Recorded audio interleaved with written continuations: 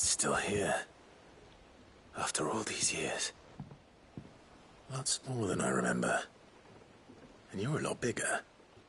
You might have to swim, boy.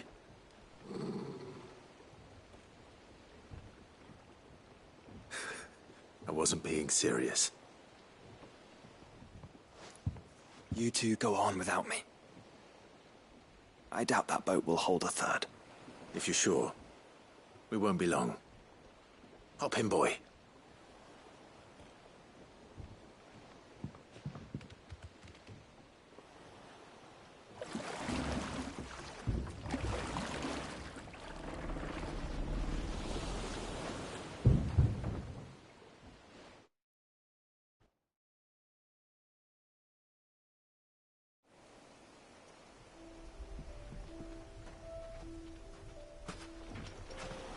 This place hasn't changed at all. The rookery's right through the trees. Come on. Race you there? I bet I could still beat you.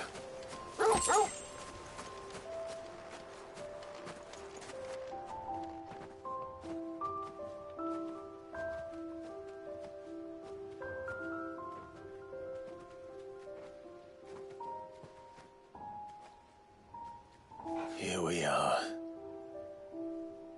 This was our hideaway. Wasn't it, Torgal?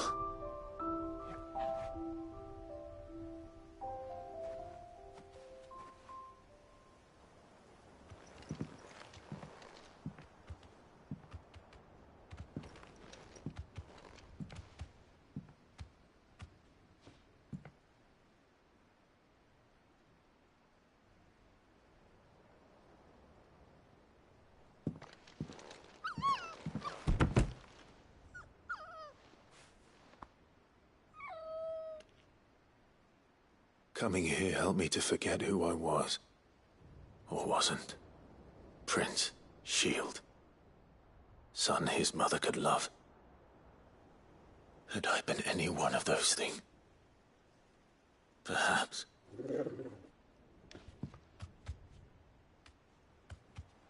What is it, boy?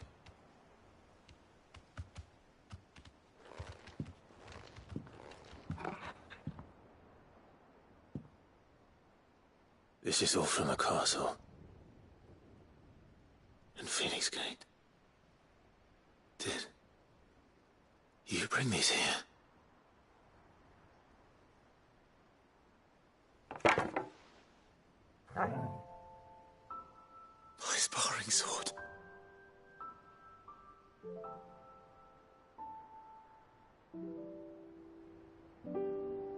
Well, well. You never stopped looking for me, did you, boy?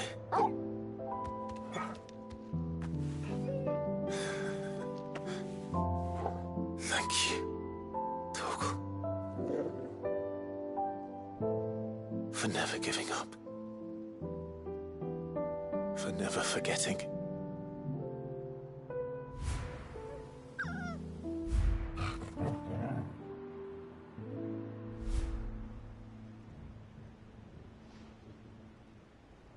Let's take this with us, shall we? So I don't forget either.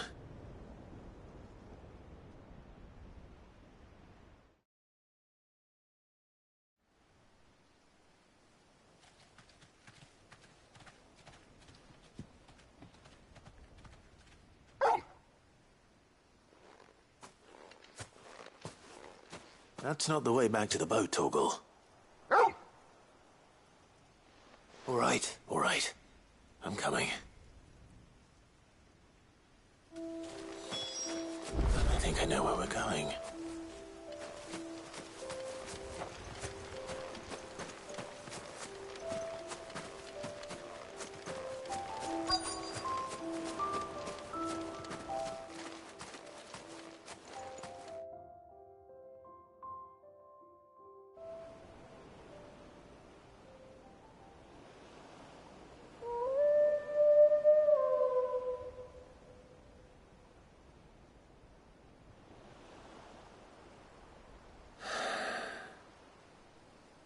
People always talk about the importance of putting the past behind you.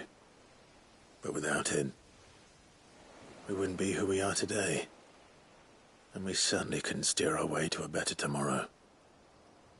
Come on, Torgal. Let's go home.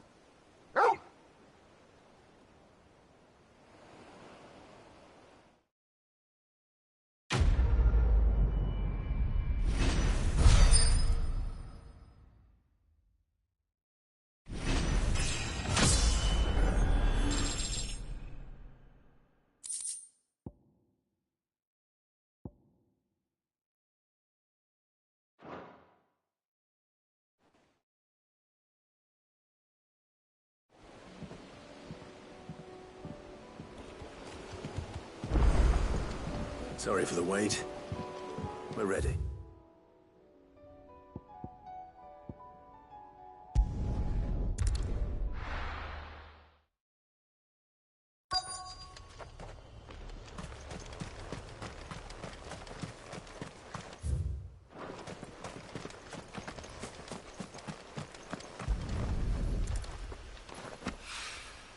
It's well.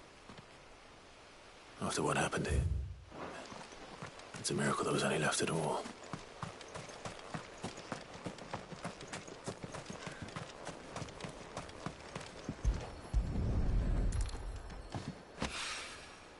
This should be enough. Quiet.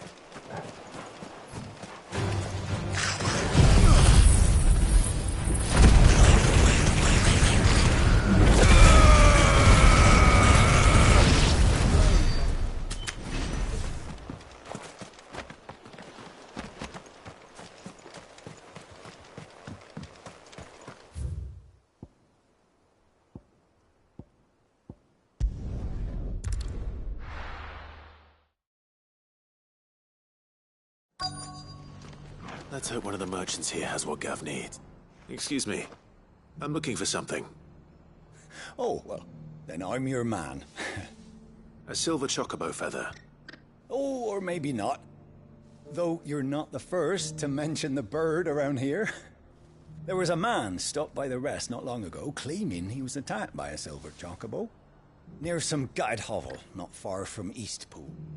Most took him for a braggart and a liar, but who knows? Perhaps there was some truth to his tale. We'll see. Thank you.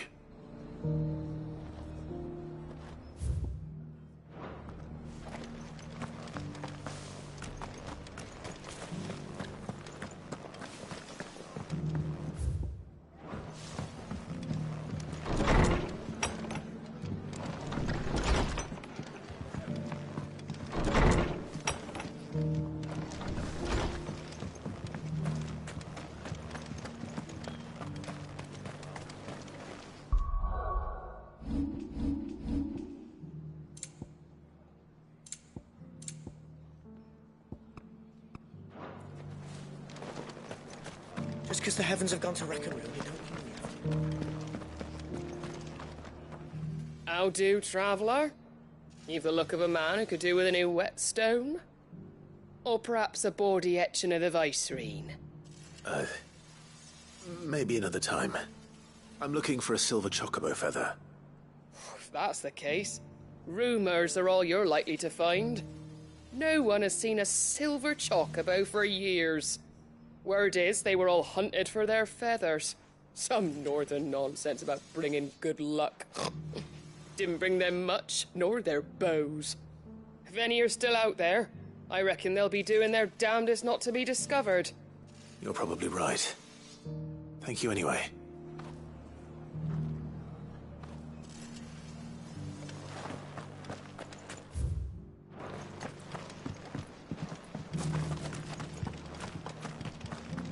I've got greens of all shapes. Anything catch your eye? Anything catch your eye?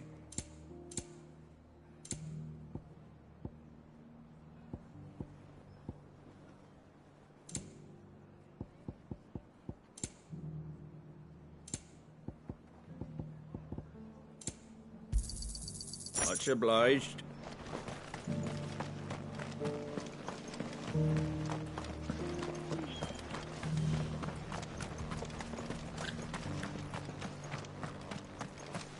I'll build a barricade so sturdy, even a bandit cobra. Can I help you with something? You wouldn't happen to sell silver chocobo feathers, would you? I deal in fruit, not fancies. But if it's fancies you're after, I suggest you try Rhiannon's ride. Was a silver chocobo seen there?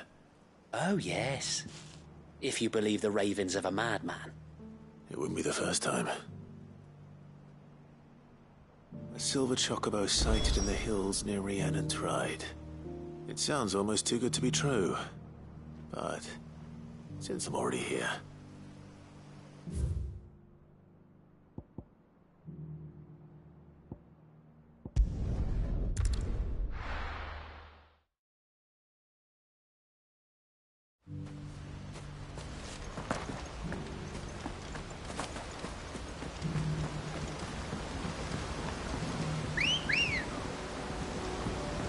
Ready, go? Fly, Ambrosia.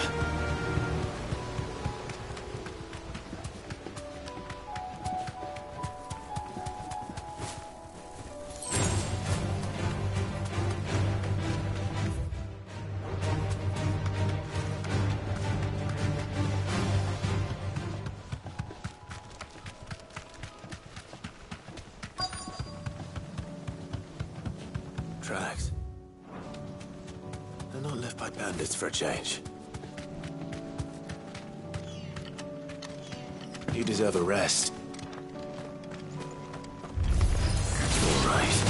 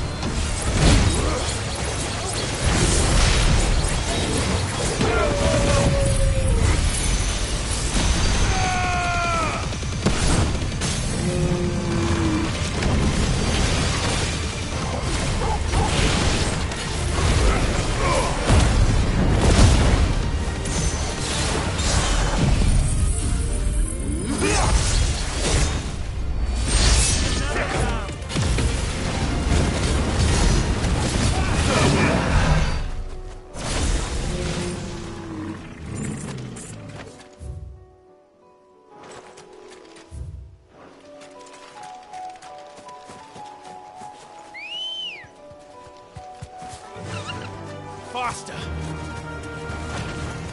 Time to fight.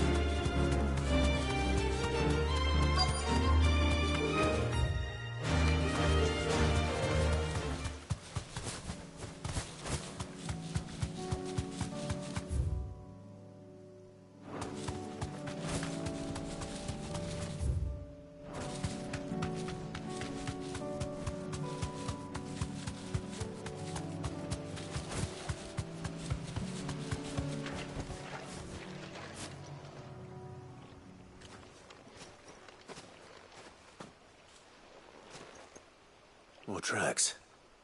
And these look fresh. The chocobo was here. And recently. Perhaps it still is.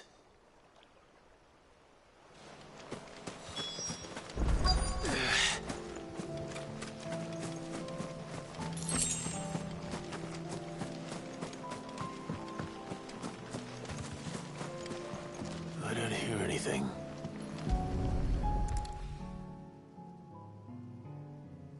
Well, I'll be damned.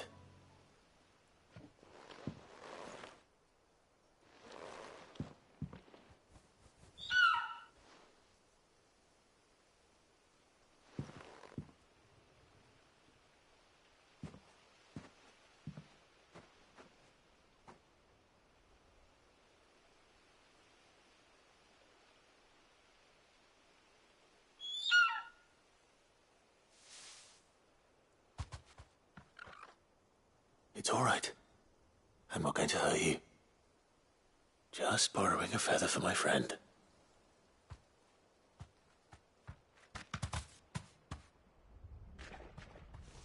Thank you. Let's get this back to Gav before they change their minds.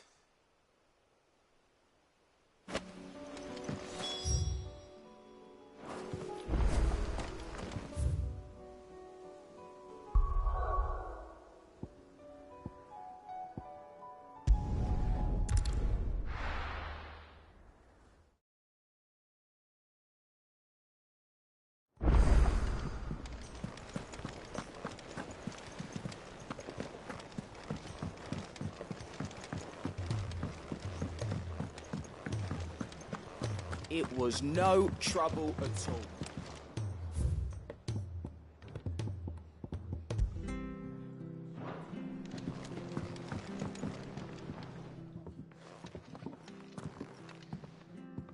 Clive, you're back. How'd you get on? Any luck? Any luck, you say?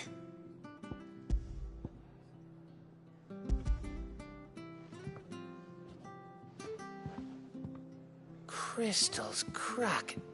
Is this what I think it is? Where in the hell did you find it?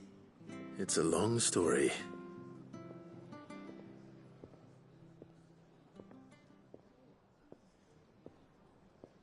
Right there on the road to Eastpool. Who'd have thought it?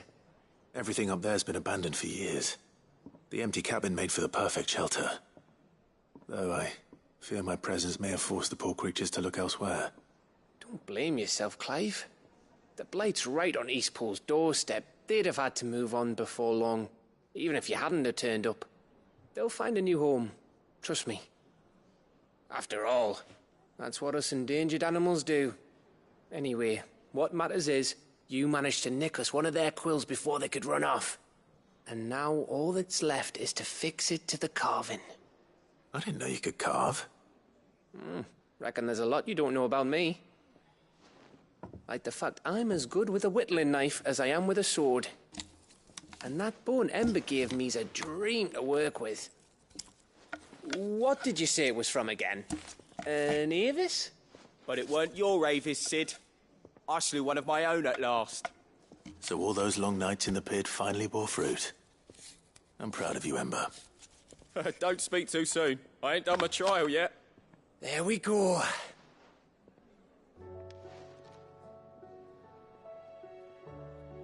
What do you think? I think if you ever hang up your scouting cap, you'll be able to make an honest living. Oh, will I? I should go and see if Ed is awake. Give it my best. You can give it to yourself. Come on.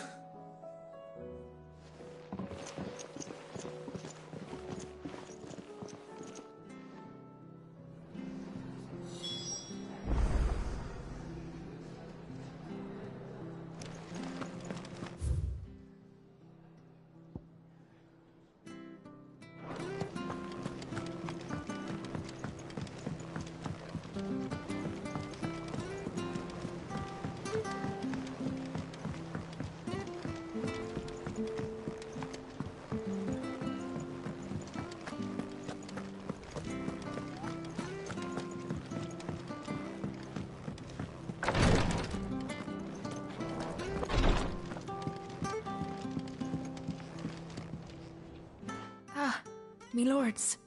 How are you feeling? Well, thank you.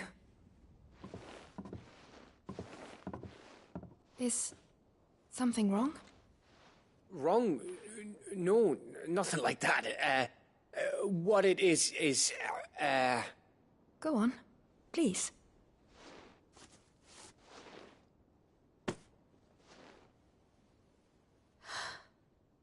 It's beautiful. Did you make it? We did, aye. It's from all of us here at the Hideaway. Your new family, like. It's a good luck charm. We may come up north when a band's on the way. I mean a baby.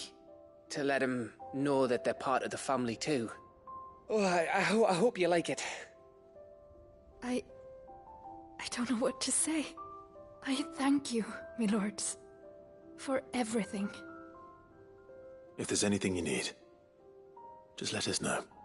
I will. Clive, fancy a swift off? I'm thirsty. I could be convinced.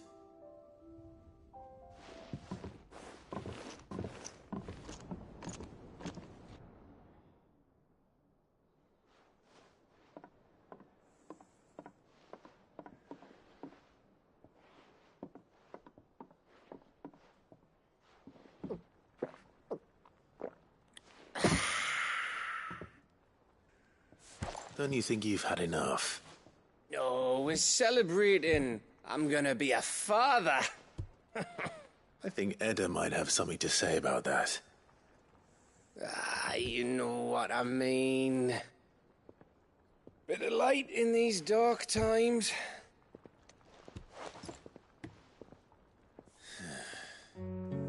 Wasn't long after me 10th name day. My mum told us she was with child again. I was over the fucking moon. I was looking forward to having a little one to lord it over, what with me being the runt of the litter. Thought I'd finally have a chance to prove to the world that I could be a big brother. Imperials came the day she went into labour. Had myself a baby sister, and then I didn't. Me whole family gone in a blink, while I hid in the cellar like the spineless little arsehole I was. Great brother I turned out to be.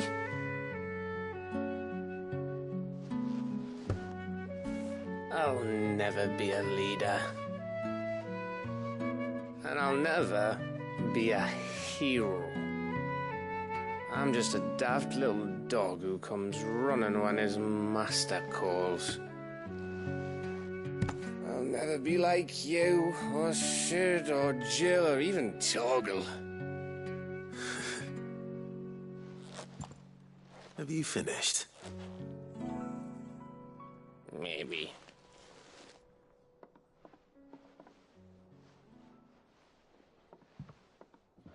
Do you know why you're our best scout? Because you don't need anyone to hold your hand. Without your resourcefulness, your courage, your determination, I don't know where we'd be. Maybe hanging off a cliff like, That was only the once. Exactly. You learned from it. And here you are after Founder knows how many missions, stronger for everyone. And let's not forget Rosalith. Who was it who freed me from the dungeon? Who was it who ran to Jill's rescue? That would be me. Because you're our brother, Gav. My brother.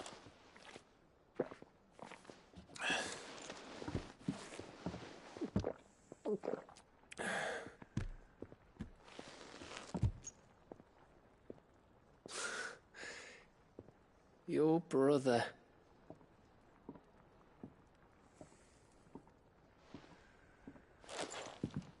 Which means that when the time comes,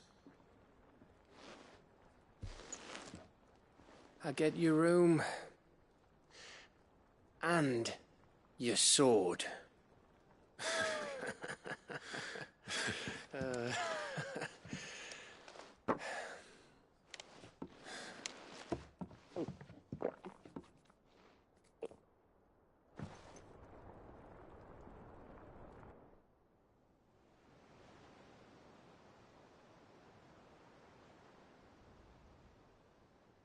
I may have had one too many.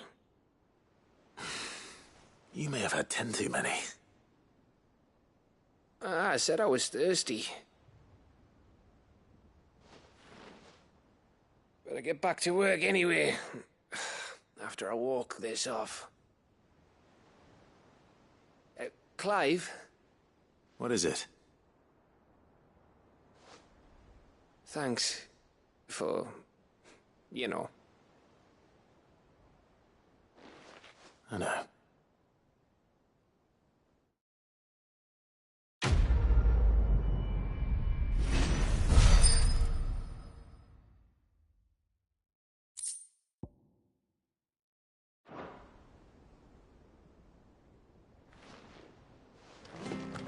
Do you think they'll come back?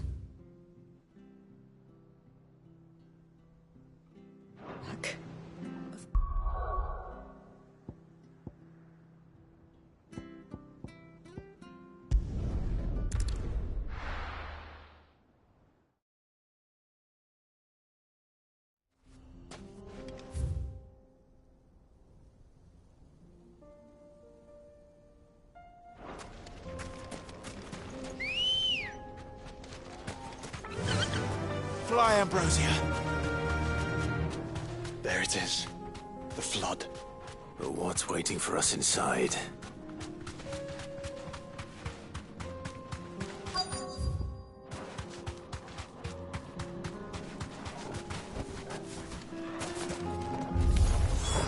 We can't leave a single one alive.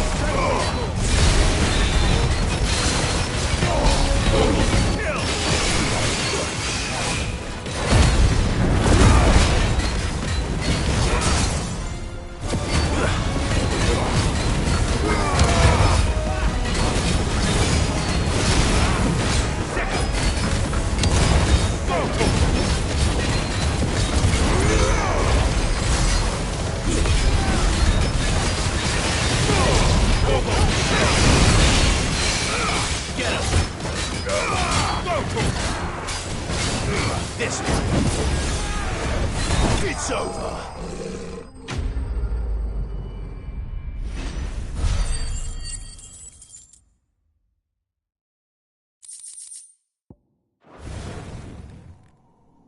The League is disbanded. I should get back to Dalamil and see how the others fared.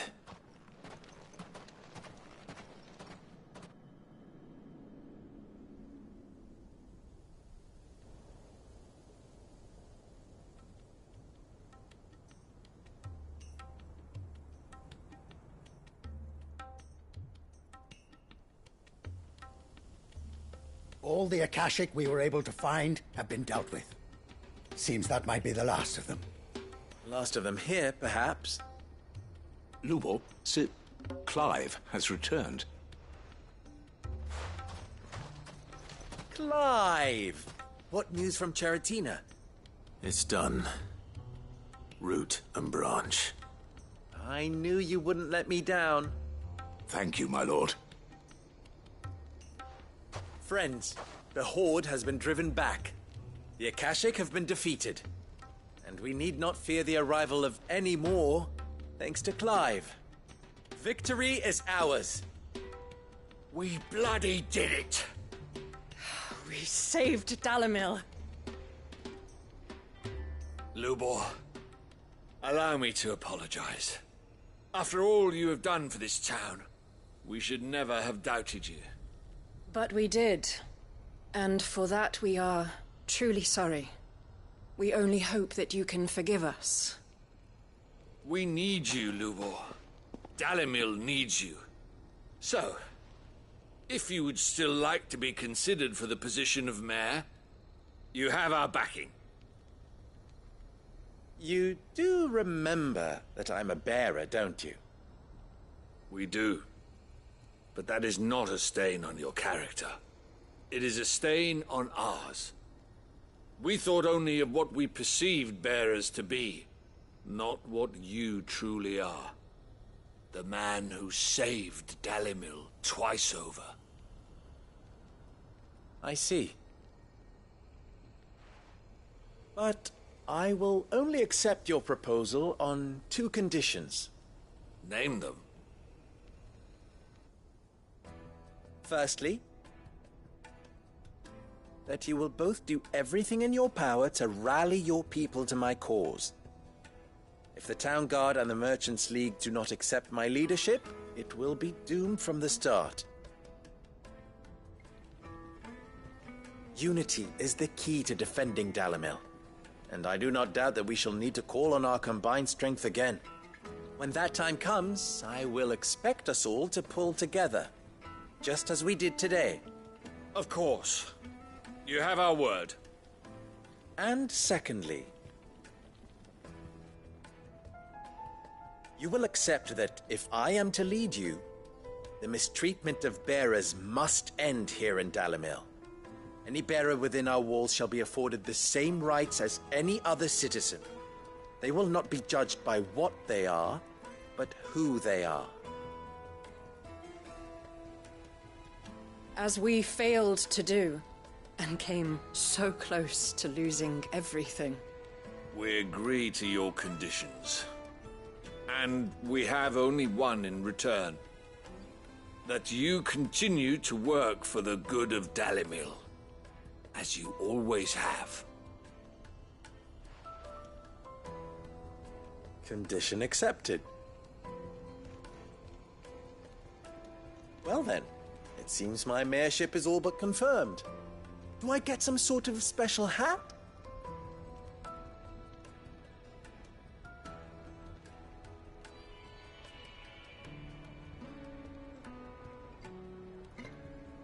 How fickle fate can be. Not so long ago, I had resigned myself to leaving Dalimil in disgrace. And now, I find myself her leader. Here. For everything.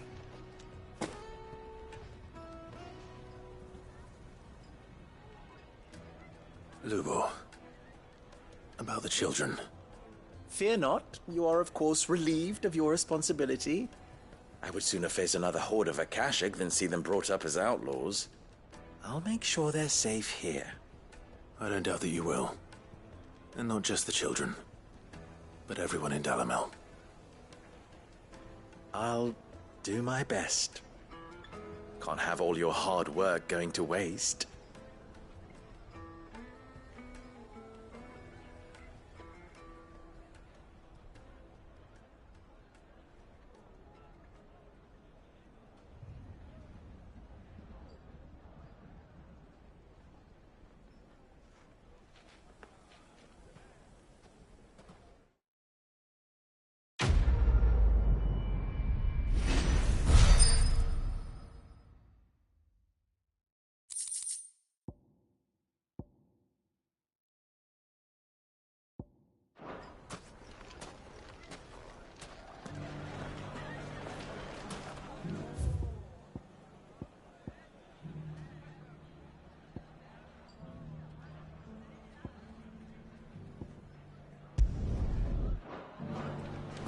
I knew I was right not to give up on you. Ginger and ginseng. How about a few spicy sausages to... So, you're going to join the watch after? The fellow who used to run this stall took to his heels. Are you looking for something in particular?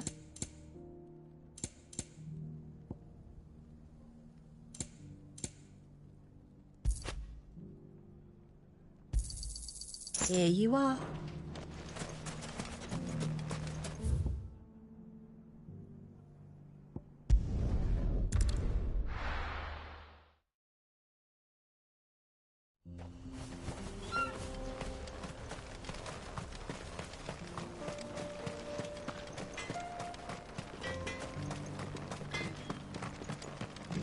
Would you like to see my wares? Thank you.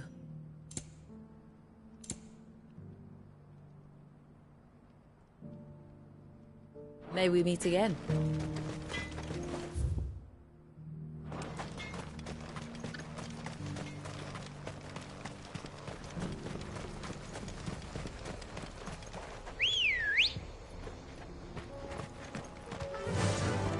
Faster!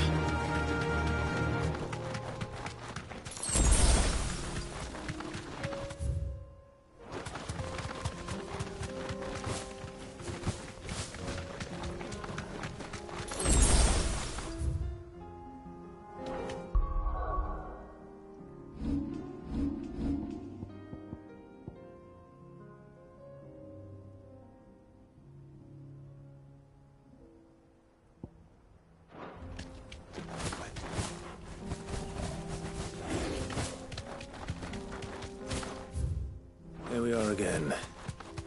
Carava. If you were a tortoise, Torgor, where would you hide?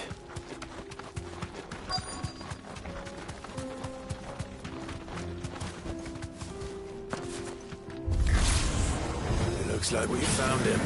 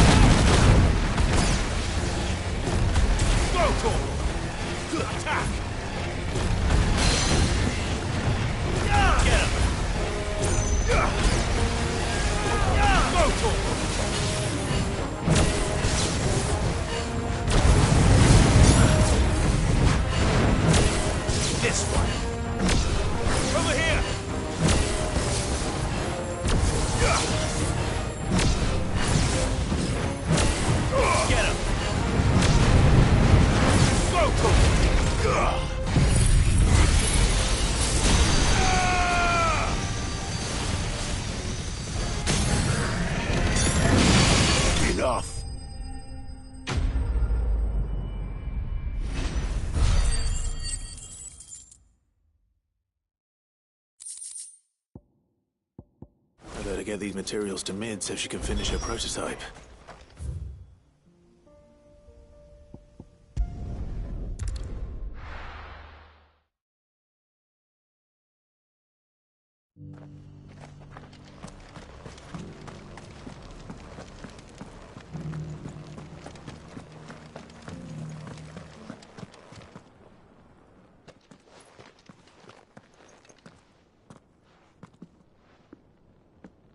My lord, your grace.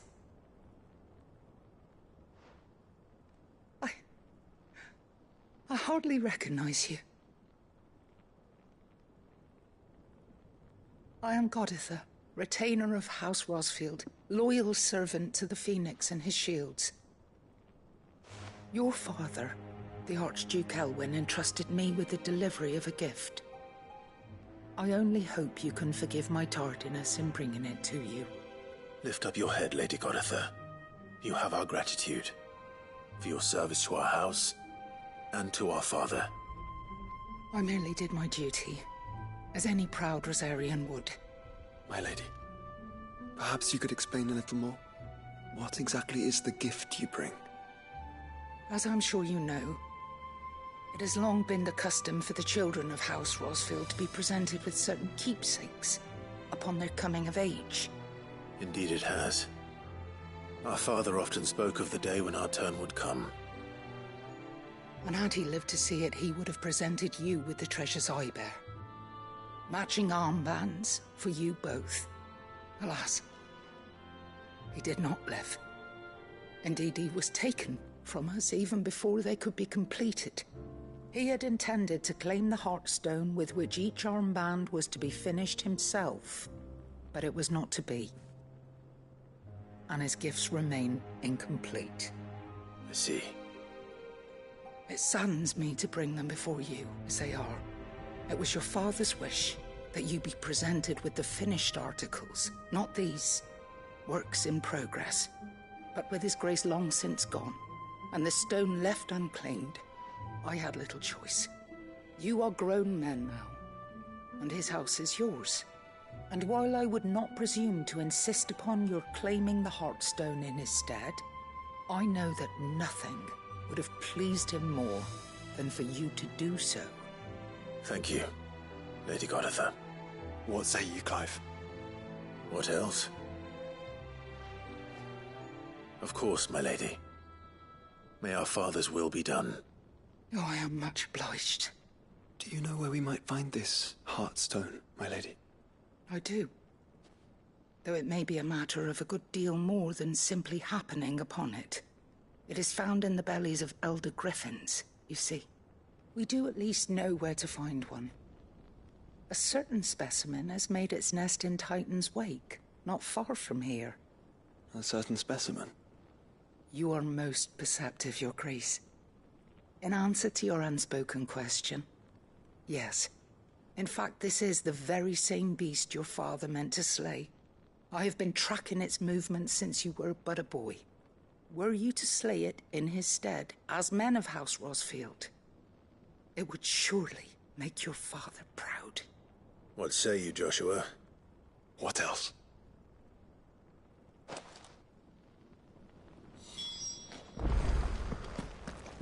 Titan's Wake is to the south of here. But we must not be hasty. The good lady has been disappointed once already.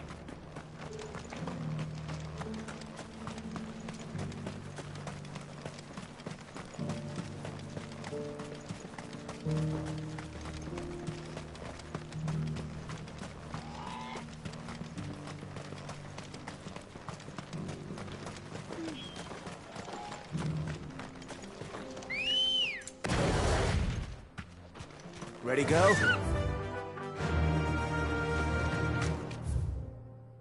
Yeah!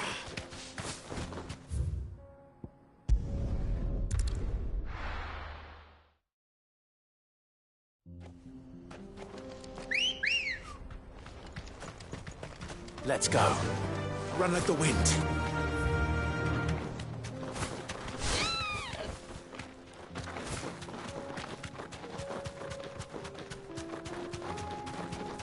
Eyes peeled, Joshua.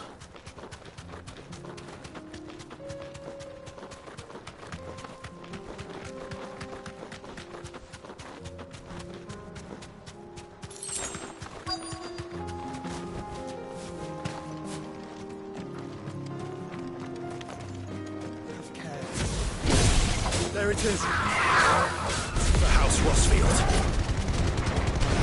All yours, Torgal.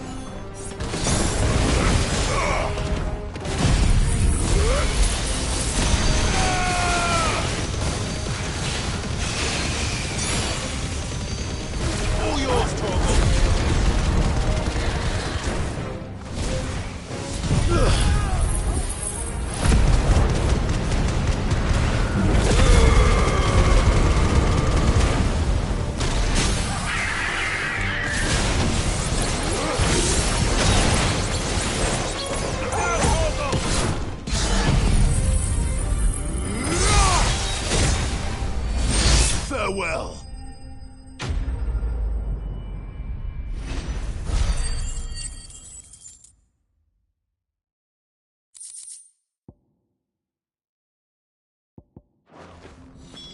Is this the Heartstone? I expect, lady.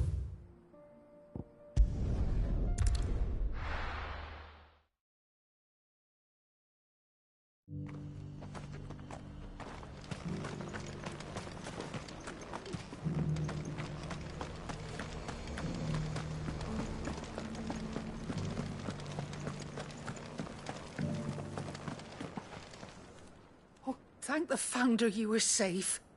The Griffin is slain then? And the Heartstone claimed.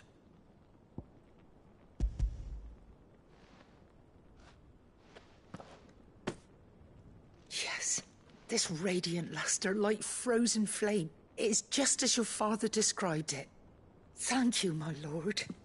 Your grace. Your father would be so proud.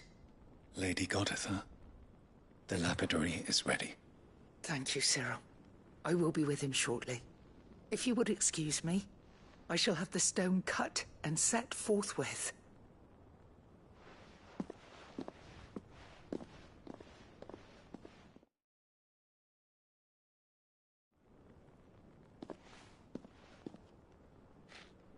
The armbands are complete.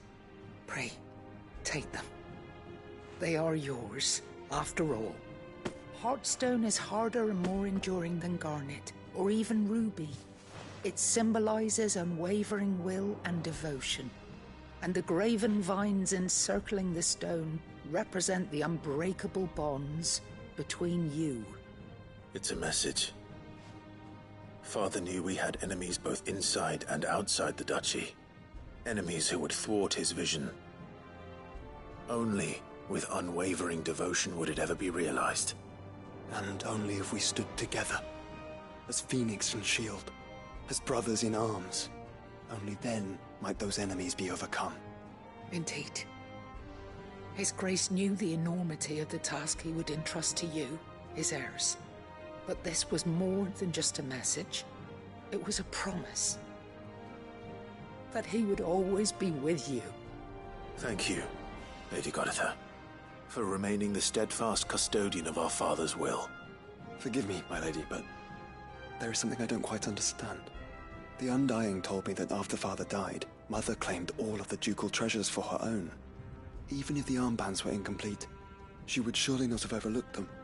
So, how were you able to keep them from her? Because I was the keeper of the vault. Though I was but a lowly servant, your father spoke to me of his intentions for the bands, of the deep love he had for both of you, and his hopes for your future. In the days before the disaster at Phoenix Gate, I discovered that the Duchess had ordered her jewelry be sent away from the castle. It was then that I knew she meant to betray us. I tried to warn your father, but it was too late. When word of the fire reached Rosalith, I knew my time was short. So I took up the armbands and I fled into the night. And thank the Founder you did. Yet my duty to your father was incomplete. Not knowing what else to do, I followed the Griffin, thinking I might claim the Heartstone on its passing. And so my pursuit continued, until Lord Cyril appeared before me. He informed me that His Grace's will had been recovered, and that his sons were alive and well. Lady Goditha, on behalf of my father and all the people of Rosaria, I thank you for your loyal service. As do I. Thank you, my lord.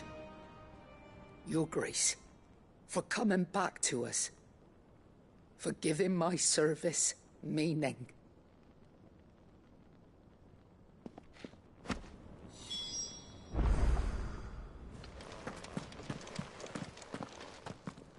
The bands suit you well. It must be gratifying to finally receive the inheritance that was denied you for so long. It is. And we thank you for the part you played, Cyril. If you would permit me to play my part a little longer, might I suggest that you make your way to your father's memorial atop Hawk's Cry Cliff? Let him see that you have received his blessing, and that his vision lives on in you. I suppose it would be churlish not to. What do you say, Clive? Shall we pay Father a visit? I think we should. I was hoping to be able to offer him my thanks before we left for Origin. Your father's helm is enshrined there. It has been since the day we recovered it from Phoenix Gate. I prithee claim it. For it too is a part of your inheritance, and I do not doubt that your father would prefer it in your hands than perched upon some lonely rock. Thank you, Cyril.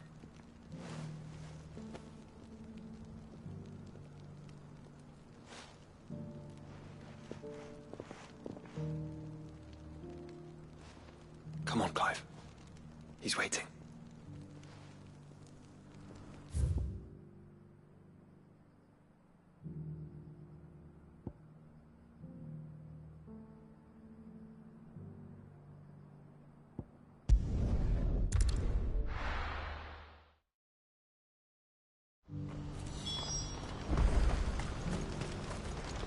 You won't find a finer array this side of the strait. A fine choice. Many thanks.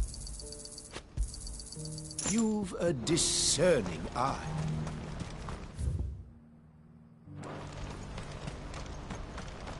Do you see that too?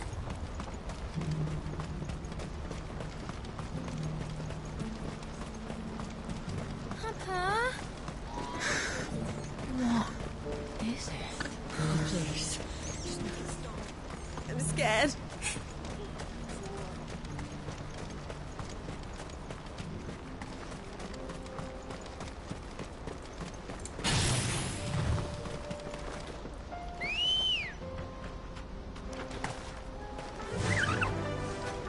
Faster!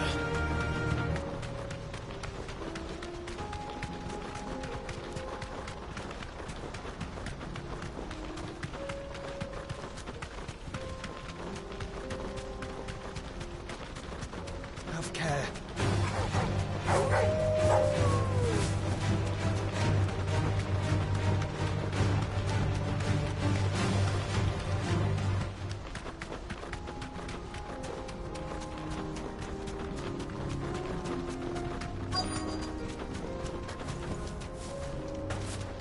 It can't be Rutherford, can it?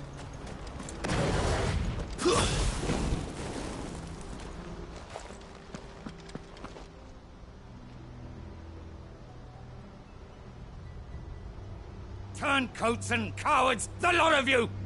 If it's a fight you want, it's a fight you shall have! Allow me. I don't need your... Please, Field Marshal, oblige him. This won't take long. You're right. It won't. Men, finish him.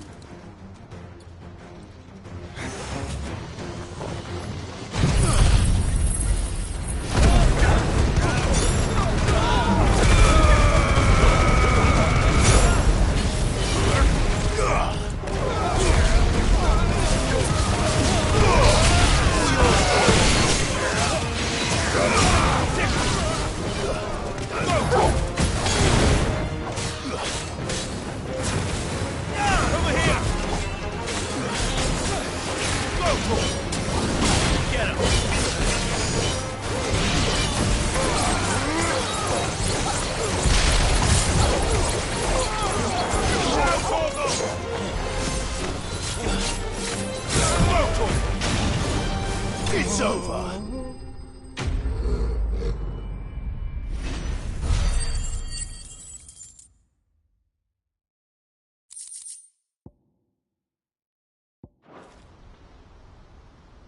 A little longer than I'd have liked.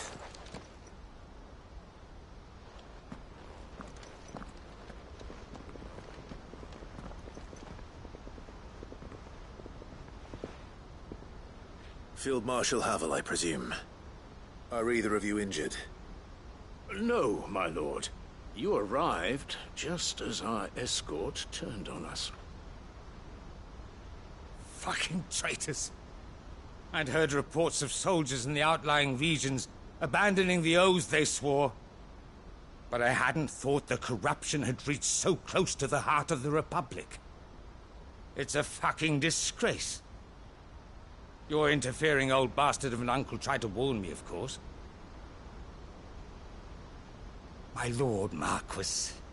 Or is Sid the Outlaw more to your liking? Call me what you want. It doesn't change who I am, or the urgency of the message I bring. My uncle has a plan to right the realm, and he needs your help to see it through. Before I agree to anything, I'd have you answer one question. What do you stand to gain from all this? I won't deny that I might benefit from further chaos. But I seek a new beginning for all of us. And while the choices I've made may not always have been the right ones, I know I made them for the right reasons. For so long, so many of us have been told how we could live, how we could die, when it should have been our decision all along. Now we have a chance to put things right. But in order to take it, we must stand together. Even if it be beside those with whom we don't see eye to eye.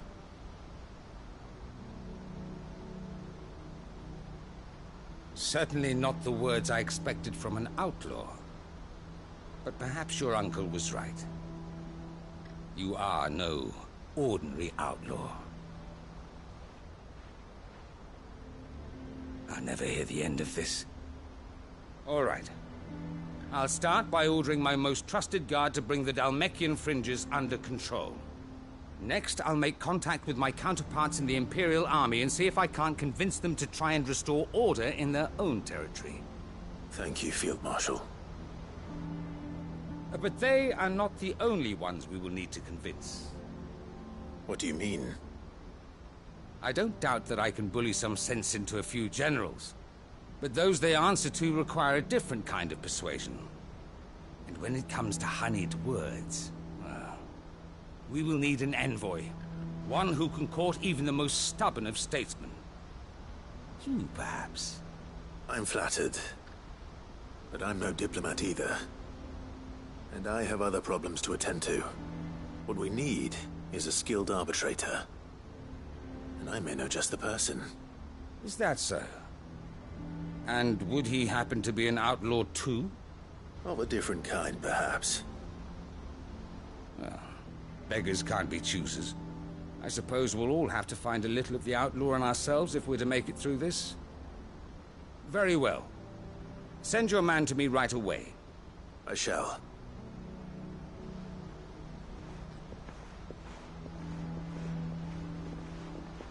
My Lord Marquis. Your Lord Uncle bade me escort the Field Marshal to his manor in Port Isolde. And I will see that my associate joins you there. Very good, my lord.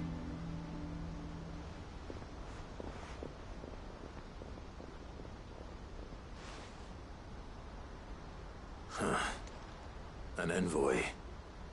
I'm not sure I'm the man to talk anyone round. I can barely convince my brother to take his medicine. No. This is a job for someone with experience. Someone like Quentin. I hope I can convince him at least.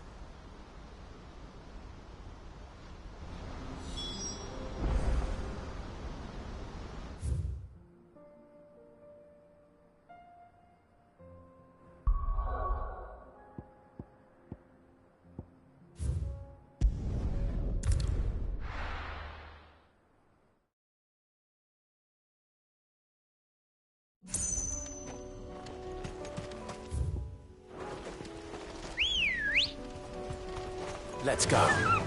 Faster! Unwavering will and an unbreakable bond. Do you really think we're strong enough? Save the world? Of course. To have overcome Father's political enemies. Of that I'm less certain. Especially knowing what we know now. I was truly capable of. Perhaps these bands would have helped. Knowing he was with us would have made all the difference.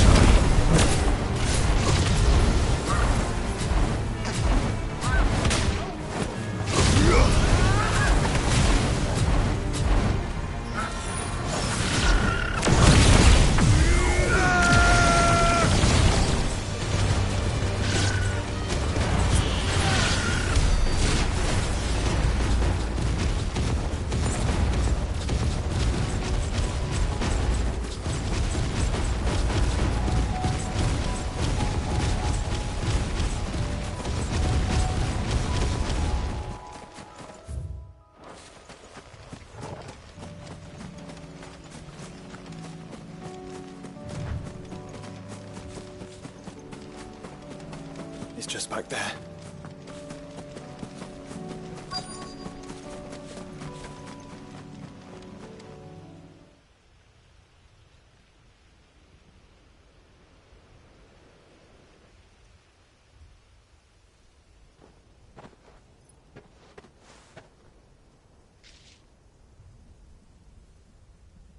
Father always fought for what he believed was right. It wasn't until that night at Phoenix Gate that I realized. I had never fought for anything. I always had someone else to do the fighting for me.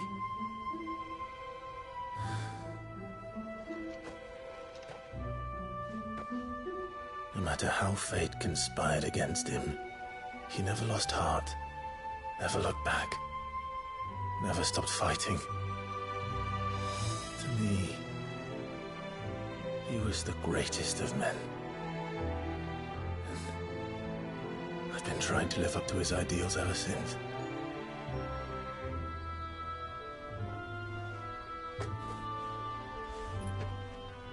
We all have, Clive. We all have. And we'll keep trying. Because that's what he would have wanted. What he would have done himself. Even if it meant standing against the very gods in the heavens.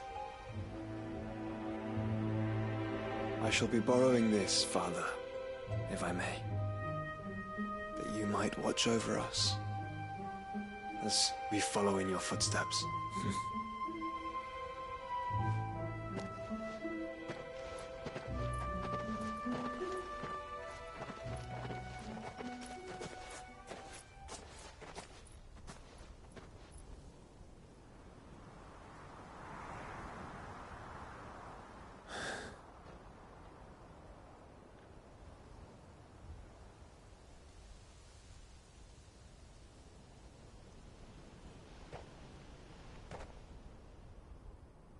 We won't lay you down.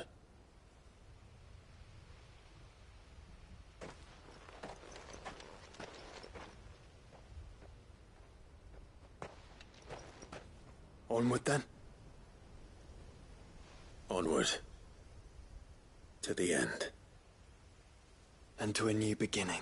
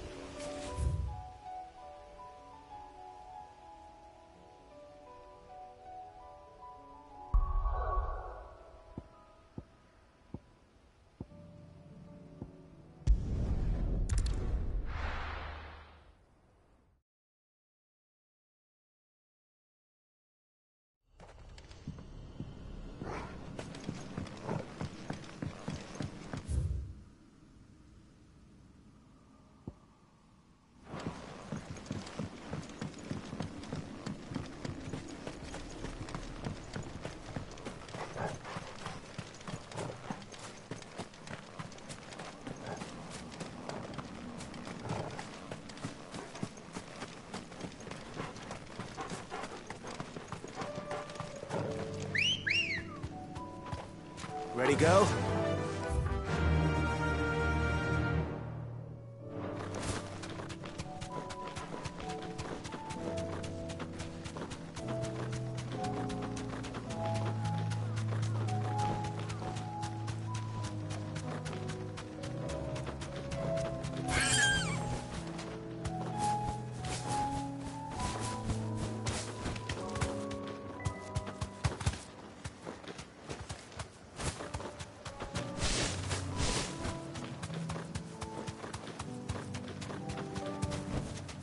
I can walk from here.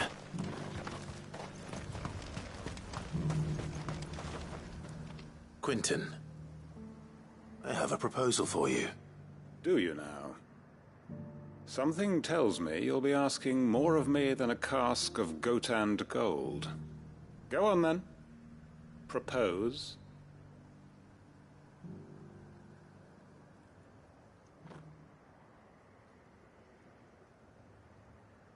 You'd have me convince the chiefs and chamberlains of the realm that they should simply swallow their pride and do the one thing that has proved impossible for thousands of years. Was there anything else? Perhaps I can fetch you a meat pie as well.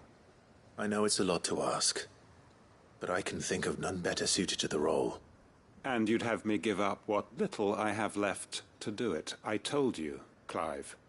The people of Lostwing are my family, and I cannot abandon them. You'll have to find someone else. I'm sorry to hear that. So am I.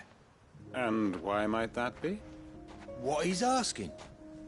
How's it any different to what you've done so far?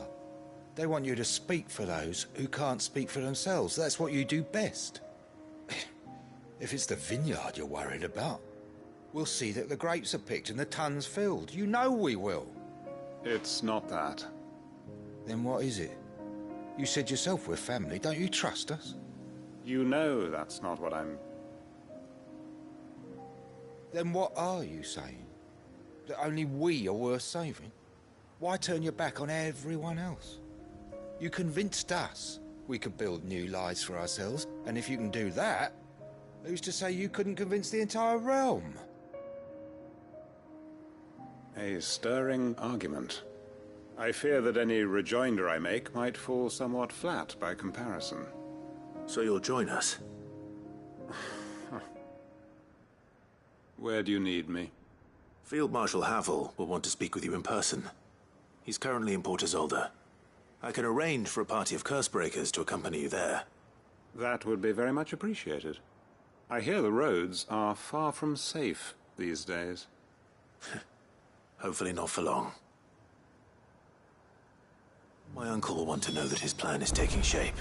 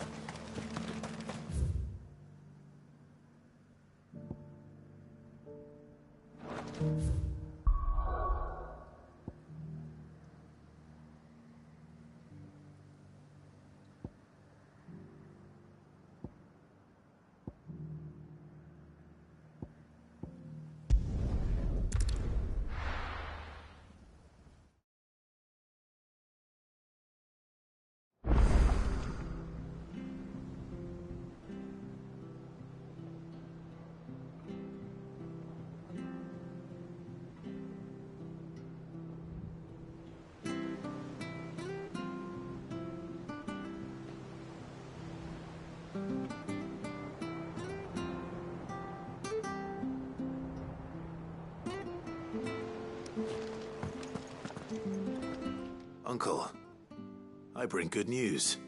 The Field Marshal has agreed to your plan. Ha! Of course he has. I didn't doubt you for a moment, dear boy. Rutherford is accompanying him back to your manor in Port Isolde as we speak. They will await your return there. As will one other. One other? Who, exactly? Lord Havel was concerned that even if he could get the realm's armies to agree to an accord, he might not be as successful in convincing those with political power. He asked if I might have a solution, and I suggested a certain Imperial Lord Magistrate turned Liberator. One of your co-conspirators? Master Quinton would probably call me one of his, but yes. Another outlaw, then. Just the thing we need to put these rotten politicos in their places. Good thinking, Clive. I'm glad you approve. The more the merrier, eh? Uncle, assuming Havel and Quinton can solve our problem with the armies, you still haven't mentioned how we might manage the grain shortages. Oh, don't you worry, my boy. The 7 high houses will be seeing to that. They have all agreed to make the most generous of donations. Oh, of course, it did take a little persuasion, but luckily I had some unexpected help. From who? Why, you, my boy. Rumor has it that you rescued the Lady Ariane's head steward Rockford from a horde of bloodthirsty bandits. It was more of a handful. Well, the old battle axe was so pleased. She had a shipload of talents delivered to my private docks by the next new moon. And when the other houses saw the parsimonious old crone's purse strings finally loosen, they as good as tripped over themselves in the rush to follow suit. I'm happy to hear it. Now, I must be getting back to the manor. Join us there at your earliest convenience, would you? Of course, Uncle.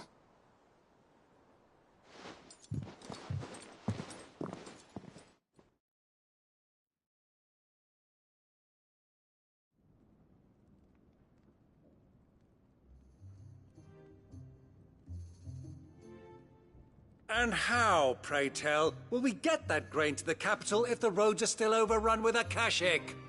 You'll find another bloody road. I only have so many men, and I'm not about to send them headlong into an ether flood. That is, unless you'd have them turn as well. Well, I'd certainly eat less. Says the man with a belly bigger than a band of curls. My soldiers actually need their rations. Without any food to keep them going, they'll be dead even before you've sent them on your fool's errand. If I may, gentlemen, perhaps I might suggest an alternative approach. Though supply routes are indeed disrupted, there is no shortage of ships. Indeed, they bob away in every bay from here to Randalar, awaiting a safe haven. Allow them to make port and fill their bellies full of grain. And once those who crowd the cities are fed, ferry the displaced back to the countryside to work the fallow fields. But I'm sure that you wish to continue your discussion. Forgive the interruption. Two such firm friends as yourselves need no help from the likes of me. Rutherford spoke fondly of the great bond between you. Us? Friends? I can't stand the man! Clive, I'm beginning to question the quality of the company you keep. And what kind of company were you expecting him to keep? The man's a criminal! Criminal? How dare you? You are not fit to breathe the same air as this fine, upstanding young gentleman. Upstanding? He calls himself Sid the Bloody Outlaw! Once more onto the breach.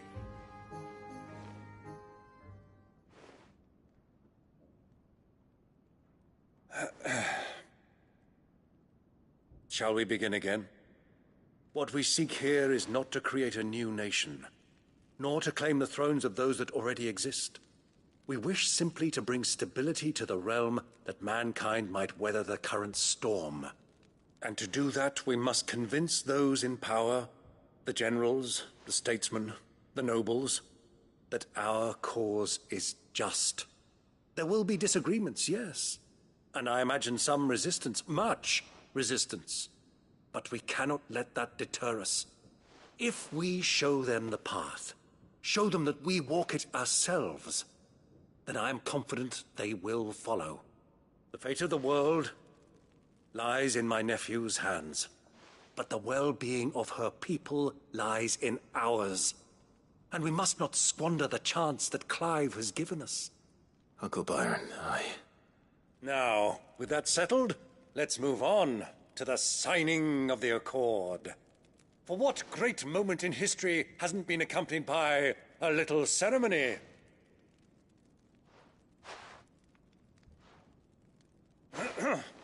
Citizens of Valisthea, I present to you the Triunity.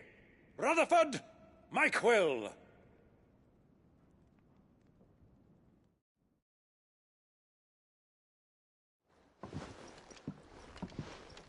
Well, my boy, the stage is set. That it is. This is the role you were born for. Now I ask only that you trust in the talents of your supporting cast. We shall play our parts to the best of our abilities, that you might have the opportunity to shine. The realm needs its Sir Crandall, and there is no better Crandall than you, Clive. I want you to keep this signed accord as proof of our faith in you. I will. Thank you, Uncle.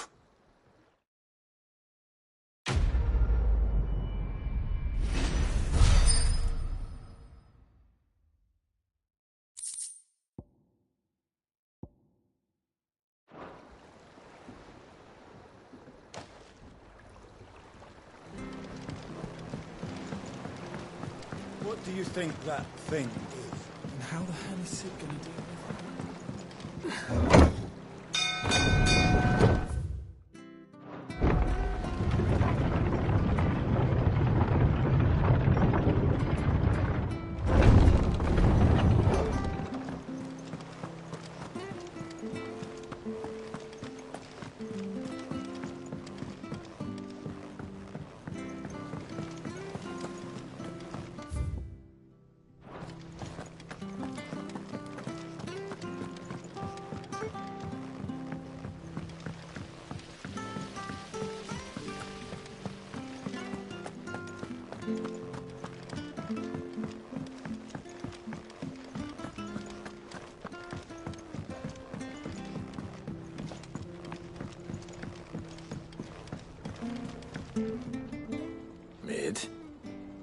Tell me this is all you need.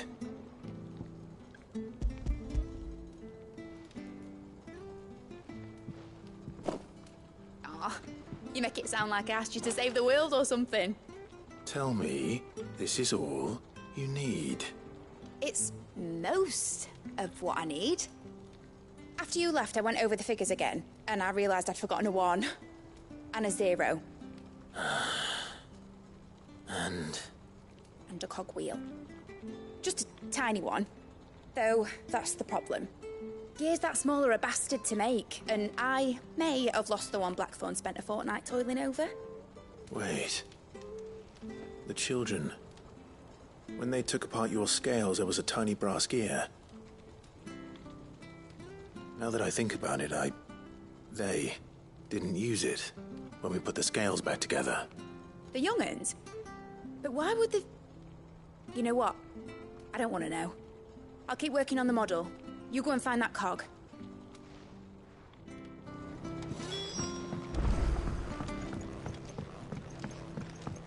Has Midadol mentioned a new project yet? Sid! Is Mid still hiding from us? She wasn't hiding. She's fine. She's just busy working on her next project. A new invention? What is it? What is it? Is it an airship? I bet it's an airship! Do you think she'll let us help? That just so happens to be why I'm here. She needs something special, something only you three can provide. A brass gear. A tiny one. One that might fit on, say, a set of scales? Oh, the one you forgot! We remember! We saved it, just in case. It's in the bag of bits. Since your lesson, we've been disassembling, then reassembling everything we can find. All the pieces that are left over, we keep under our beds, just in case. That's good to know. Look! I found it!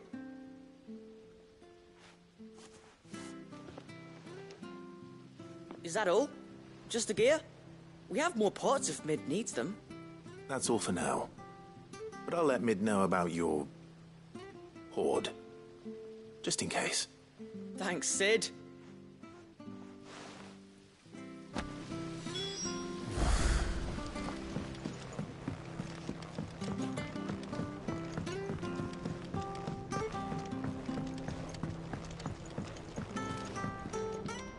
Well, did they have it?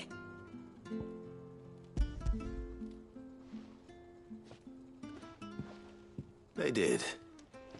And they kept it somewhere nice and safe. Will it work? Will it work? He's perfect! You're a genius, Clive. What exactly are you going to use it for? Only the most important job of all. The wings aren't going to move on their own. But with the right cog in the right place... Well, you just wait and see.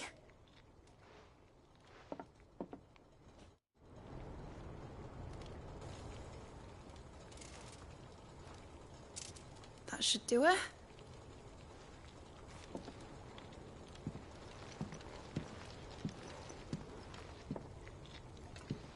Here goes nothing.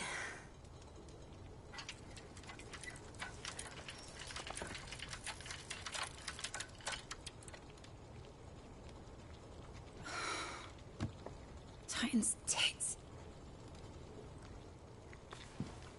It wasn't supposed to fly, was it? Of course it was supposed to fly. Wouldn't be much of an airship if it didn't. Honestly, these bloody engines are driving me mad. I was so sure this would be the day she soared. The Mithril engine was made to make dreams come true.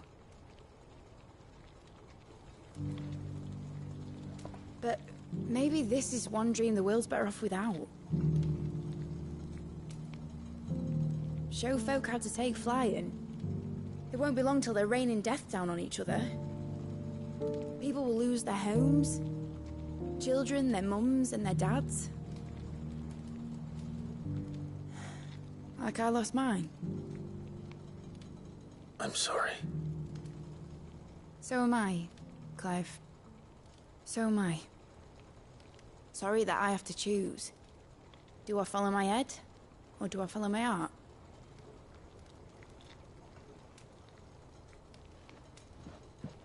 Good question. The first time I stood on the deck of your ship, felt the wind in my hair. It was like I was flying. But imagine how it would feel to actually do it. My dad always said there were two ways of living life. Chasing a dream or shuffling to your grave. And he were right. Right about a lot of things. Not that I like to admit it. People need dreams to chase. Especially in a world like this.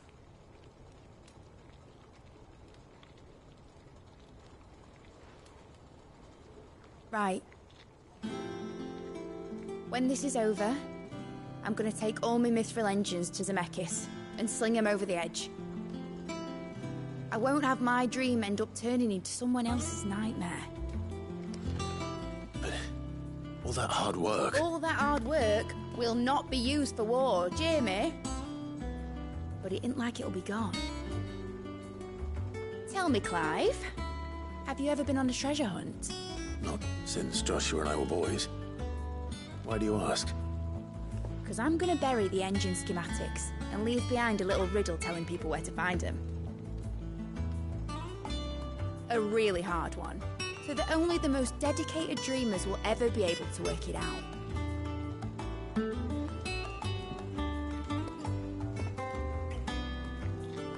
Ooh, I can picture it now. Some daft general squinting at the words with a gormless expression on his mug. Like that one, yeah. Right.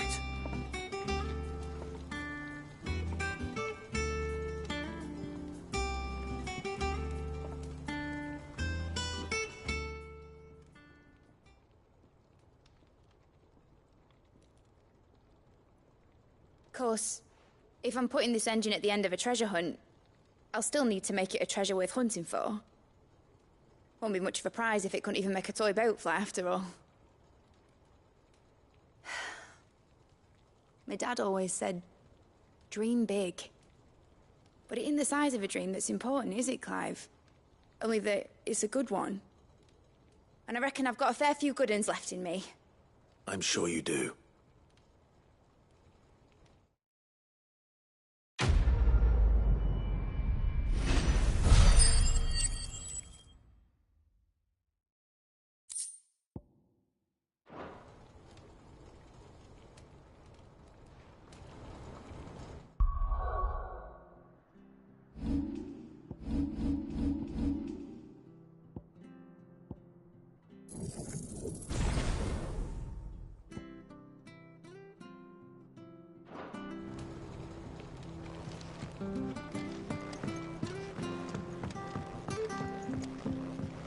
Has Mitterdol mentioned a new project?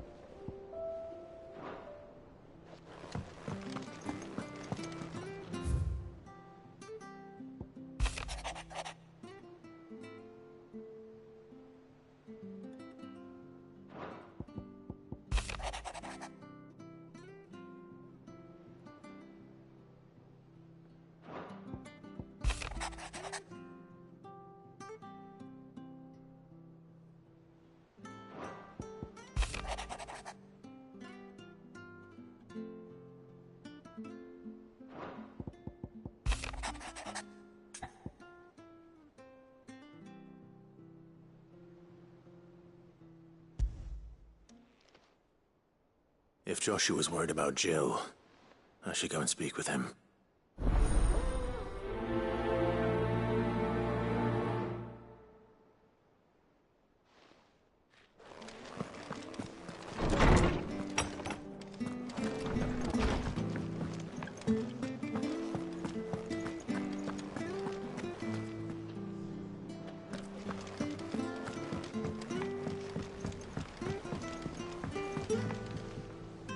Joshua, I read your message.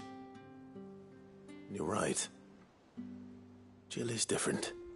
I don't think I'd realized how different, but since we returned from Drake's spine, I've felt it more and more. I suppose it's not hard to imagine why. She doesn't think she belongs anymore. And that's why we need to remind her she is still one of us. To let her know that we still need her. Now more than ever. That you still need her. But how to do that? When last we were truly close, we were but children. Of course. Do you remember the time we accompanied Father on his annual tour of the Duchy? And Jill and I broke from the procession to ride up Man's Hill. To see the snow daisies, I remember. It was the first time Father had allowed us to join him. And when he realized you were missing, he had the entire retinue down to the pot boys combing the countryside. In the rain. A thunderstorm forced us to take refuge in a grove of oaks before we'd even made it halfway there. It was the Lord Commander who finally found us, and needless to say, he was none too pleased. Then it seems you and Jill have unfinished business. What do you say? Man's Hill. It's not that far. Oh, true. Though I suspect it is also much changed. Little in southern Rosaria remains as it was when we were children. You're saying I should go and scout the area for bandits? I'm saying we should first go and see if there are actually still any snow daisies left. What would you do without me, Clive?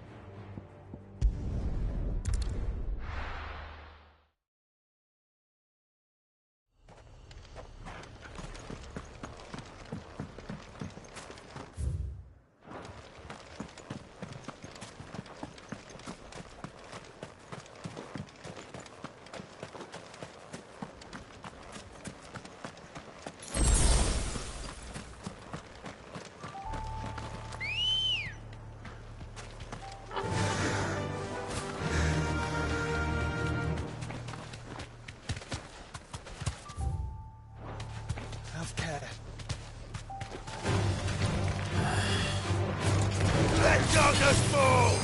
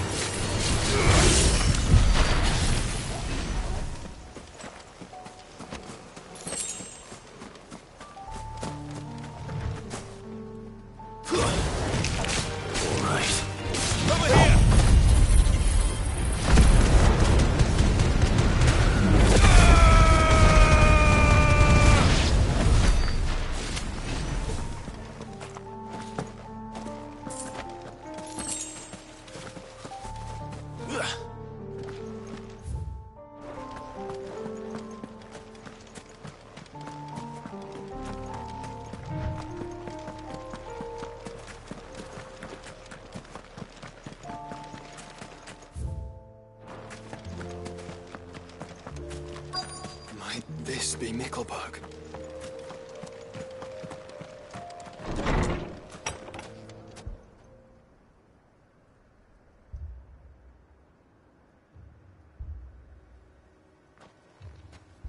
These people aren't turned. And the village seems safe enough at least.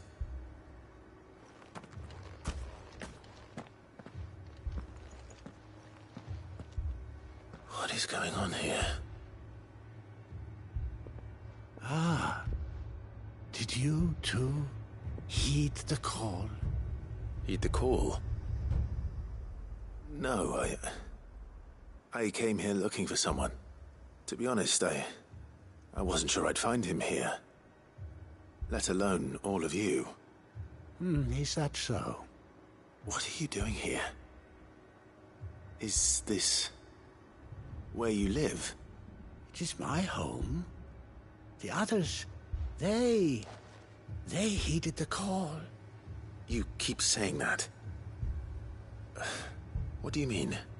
They came here to perform the rite, just as King Barnabas instructed. This village is their altar, where they shall cast their souls upon the gentle waters and give themselves to the Lord. Give themselves? Oh, Lord, cleanse us of our sins. Let us be reborn in your loving arms. Free us from the torment of this mortal realm. They want to be saved. Forgive me, but did another foreigner like me come here? He was probably wearing a cowl. You mean the traveler from Storm? Yes. He is staying at my house, toward the rear of the village. Thank you. If you don't mind, I'll go and greet him. They seek the same salvation Barnabas did. At least the third chair still lives. Let's go and find him.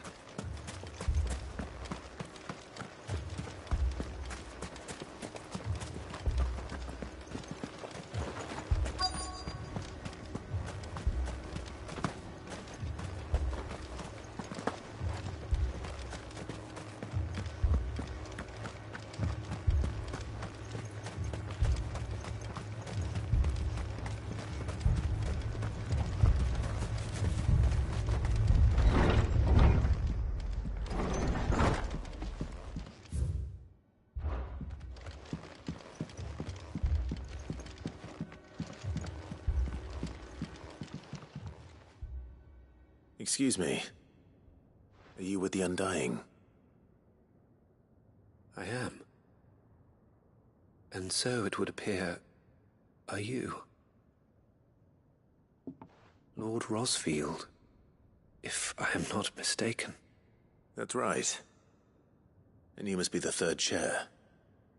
I am. Cyril was worried for your safety. He sent me to find you. Then I must apologize. I did not mean to trouble the bearer of the burning quill. Much less you, my Lord Marquis. He said that you had failed to report. Is there a reason for that? I came here to study the followers of this new faith. But the more I learned of them, the more my own faith began to falter. You have seen them at their prayers, have you not? They devote themselves to the veneration of their Lord with a fervor I have never seen before. Praying night and day that they might be rid of their wicked wills and reborn in their Saviour's light. Not that they might be granted respite from their worldly woes, but so that they might continue to serve him. Serve him with all of their beings. I, too, swore to devote my life to the service of my Lord and Master, but this... 'tis different. It is more.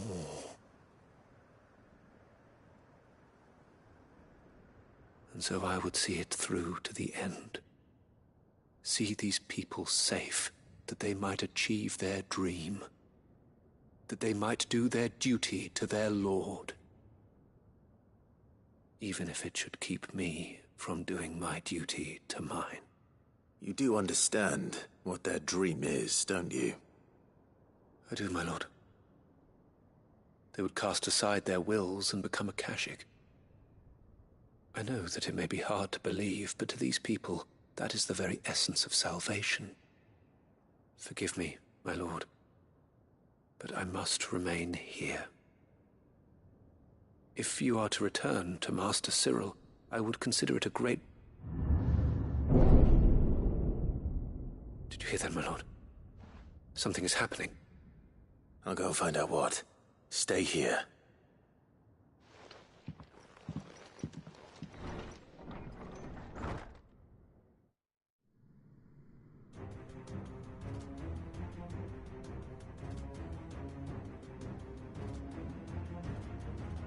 An ether flood. Oh no. There must be something I can do.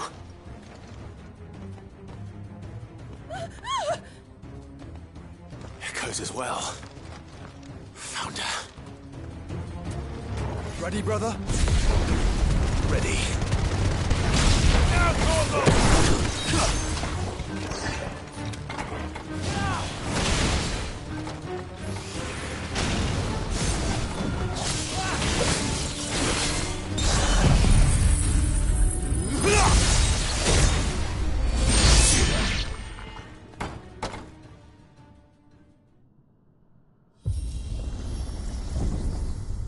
What now?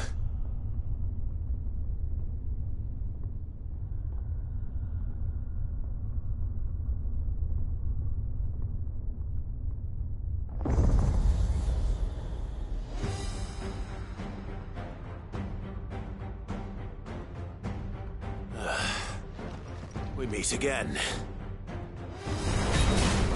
I've killed your kind before.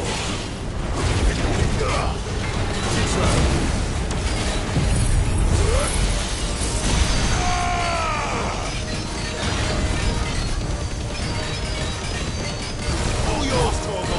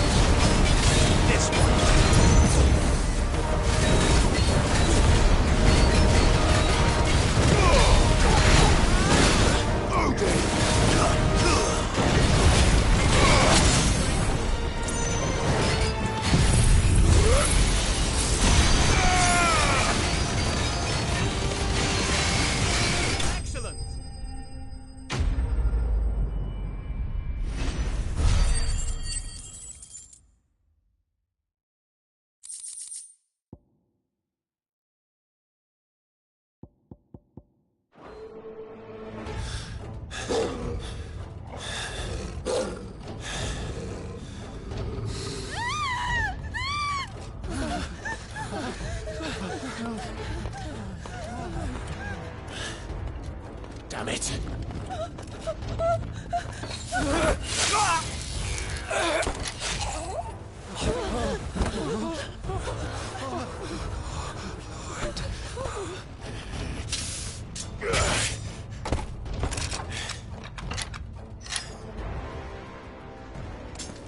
Don't you die.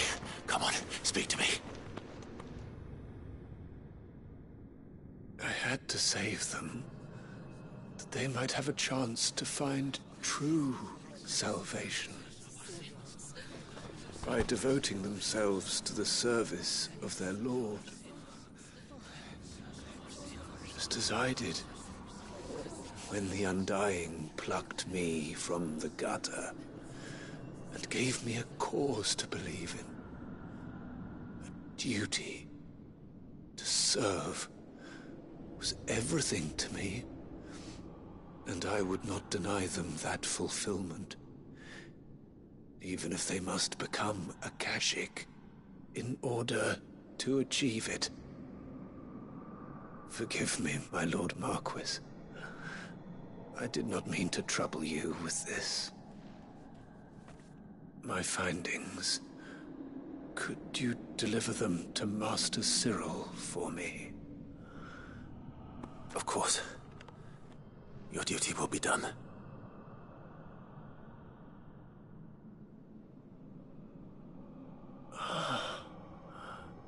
Look, my lord. They are saved.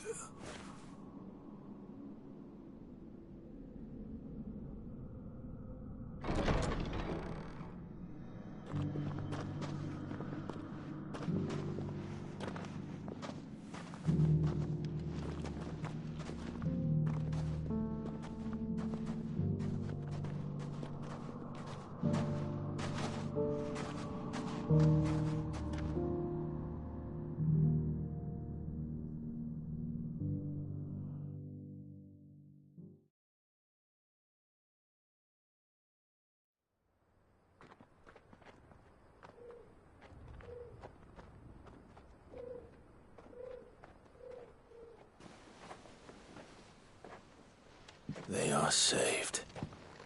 Founder. I should get this report to Cyril.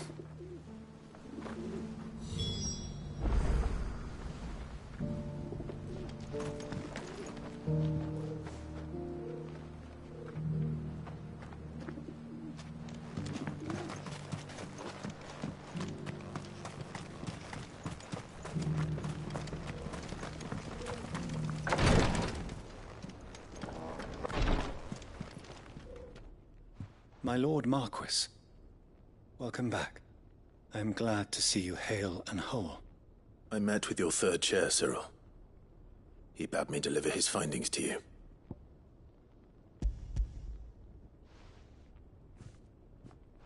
Thank you, my lord. He remained in Ash? He died protecting the villagers from an echo. I buried him in Mickelberg. I'm sorry that I couldn't save him. If you could not save him, no one could. The villagers, they were believers in this savior cult. They prayed to their god that they might be unburdened of their wills. Then an ether flood came, and their wish was granted. Your brother sacrificed himself that they might live, even knowing that that life was death by another name. Then he perished defending liberty. A hero's end. For the right to choose how one dies is no less sacred than the right to choose how one lives. Sid would agree. He wanted to build a world where people could die on their own terms. A noble ambition. To die for one's cause is the most perfect expression of one's faith. It matters not how misguided others might judge one's decision to be, only that the decision is one's own. We live according to the teachings of our order.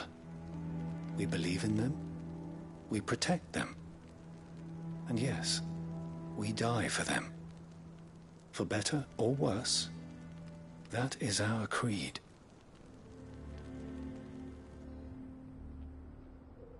But he didn't die for your creed. He died to save them. And you still believe that what he did was right? I believe that he believed it was. We of the Undying are not slaves, but willing servants. And this was his will, the ultimate expression of it. All right. I'd like to know this man's name, Cyril. To know the names of all the Undying who've fallen in the line of duty. They died serving my house. It's only right that I remember them. That is my duty. Of course. I shall fetch the Book of Martyrs at once. My lord, it has been, and shall ever be, the greatest honor of my life to serve House Rosfield. Though our duties may differ, yours is no less important. I pray with all my heart for your success. And were they here, I have no doubt but that every one of my fallen brothers and sisters would feel the same.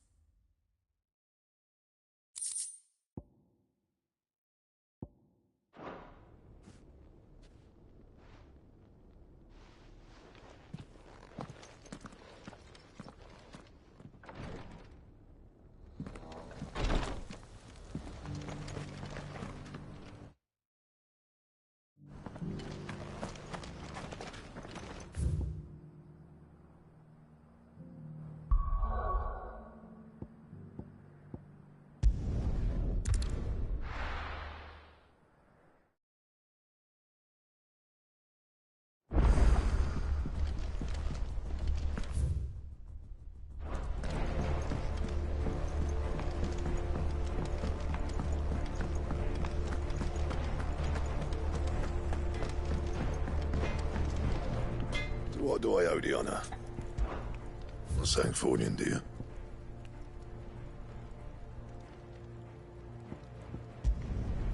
Not bad, if I do say so myself.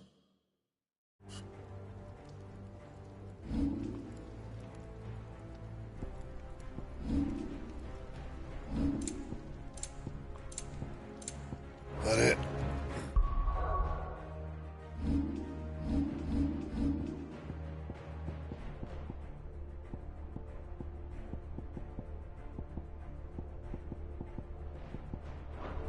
Fine.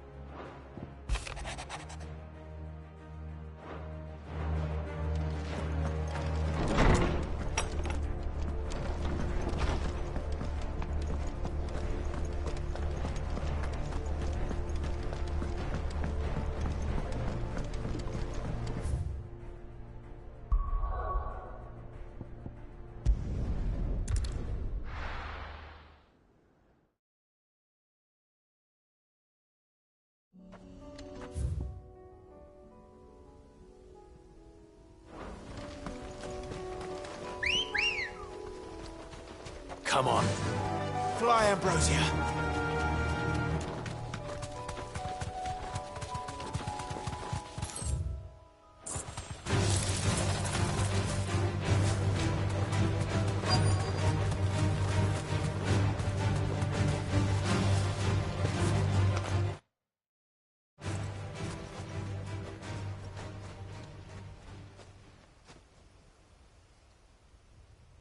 This is the place, but...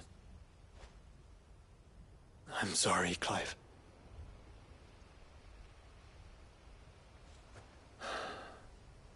has nowhere been spared. What do we do now? We keep looking. Man's Hill cannot be the only place where snow daisies grow. Perhaps, but it's the only place I know of. Knew of. Then why not ask someone who might know of another? Someone at the backyard? To the hideaway, then.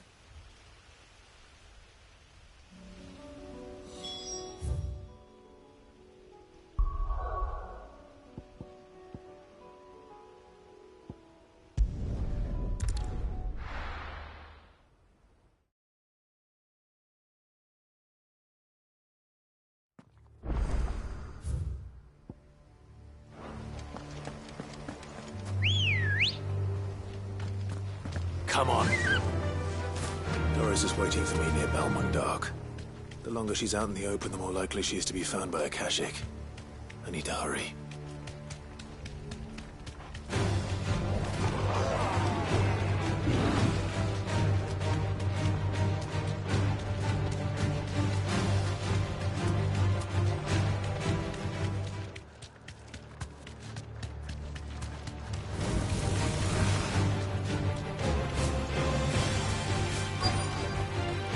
That'll do, girl.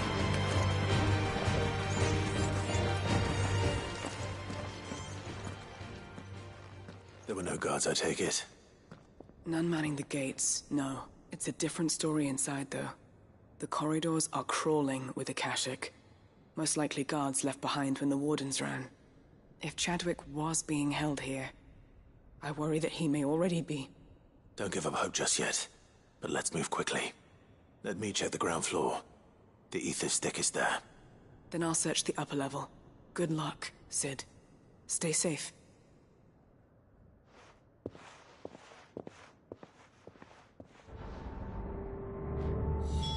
Just how bad are the floods inside the walls? Bad enough to turn a bearer? I hope not. We're risking a lot just being here. Better keep my eyes open.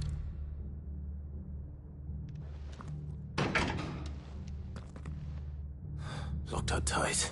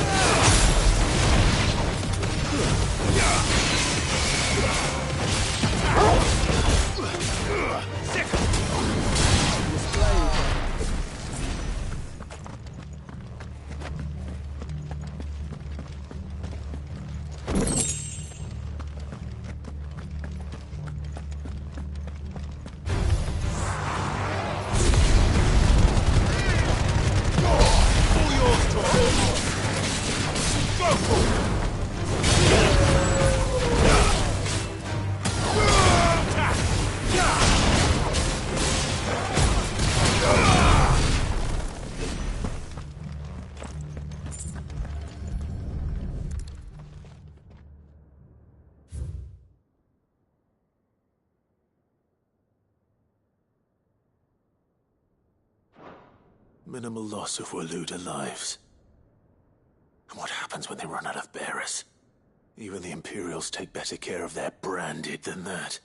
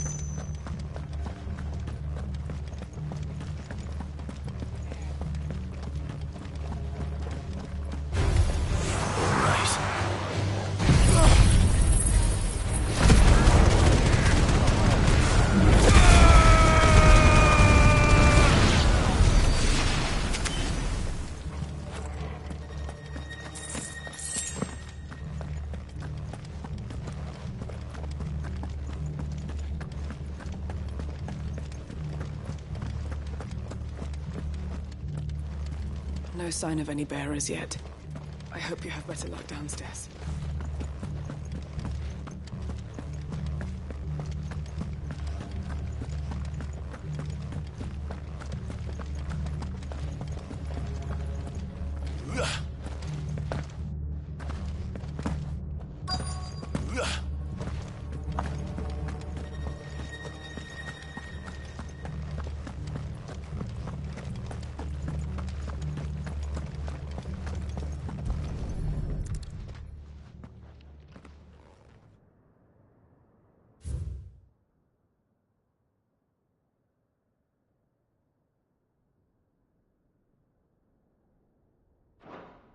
They were feeding bearers to it. This is even worse than I'd feared.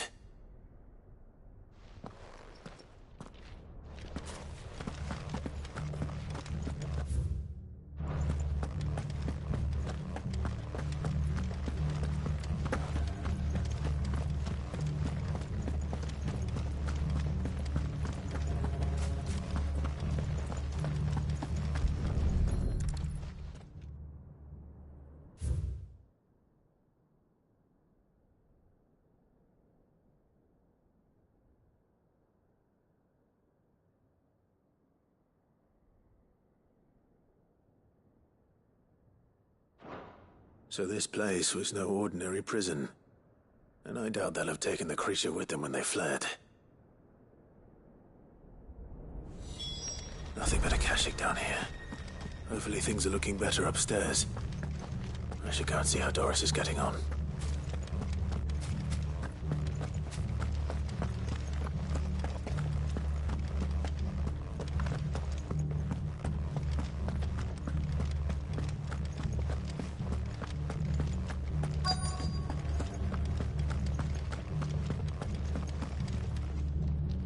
No lock downstairs. But I did find out that this place was more than just a prison. Something far more sinister was happening here. I know. I've been reading some of these documents and... it can't be true, can it? Bearers die every day in service of their masters, but this is so much worse. Pitting bearers against a wild beast armed with nothing but their wits? And all in order to bring about more death. And not just those who could fight, but the elderly, children even. And those who wouldn't or couldn't were disposed of. Whatever that means. I'm afraid it means they were fed to the monstrosity they kept here. Then we're too late. And I was a fool to bring you here. Don't say that. Did you find anything else? A key. But it doesn't fit any of the locks on this floor. Perhaps it will fit one of the doors downstairs. There's a corridor I haven't searched yet. Finish up here, then come and find me when you're ready. All right. I'll be there in a moment.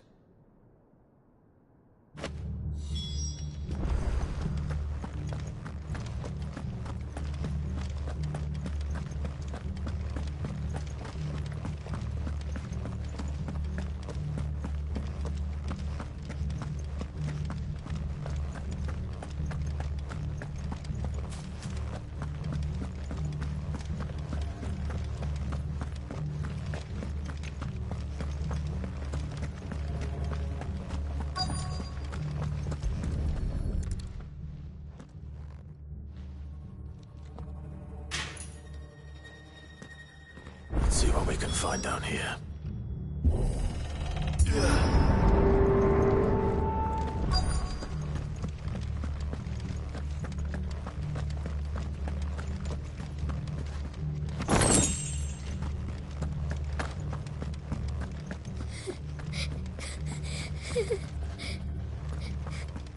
Survivor. And she sounds close.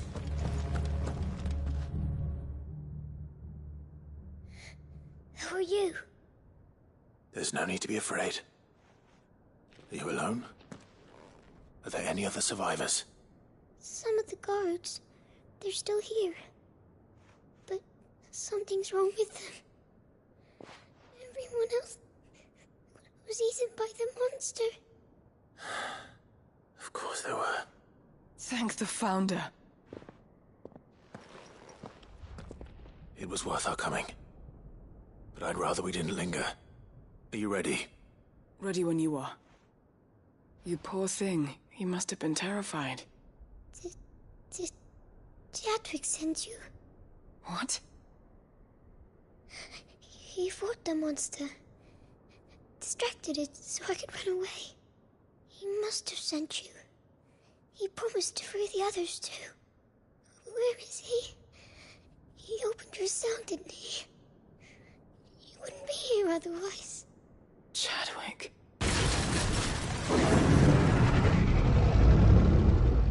Was that? Monster's back! Chadwick, help! We have to get out of here. Doris, keep the girl safe.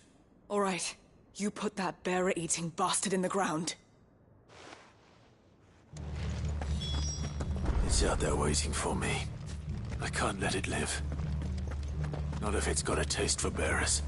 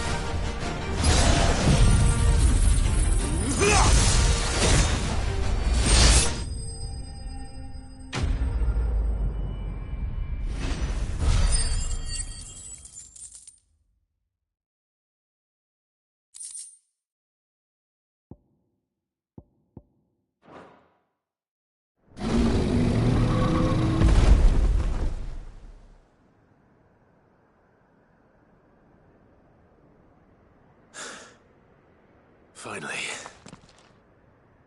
Sid, are you hurt? I'm fine. I think.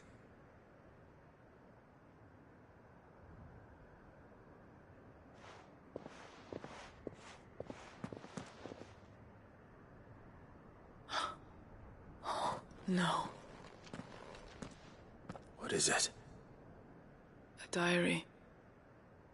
I gave it to Chadwick before we went our separate ways. He was here. Do you think that creature? I'm sure he fought bravely to the last. The girl is safe thanks to him. Chadwick. You fool. Come on. We have to get her back to the hideaway. We don't want his sacrifice to have been in vain. No, of course not. I'll see that she's looked after from now on. It's the least I can do.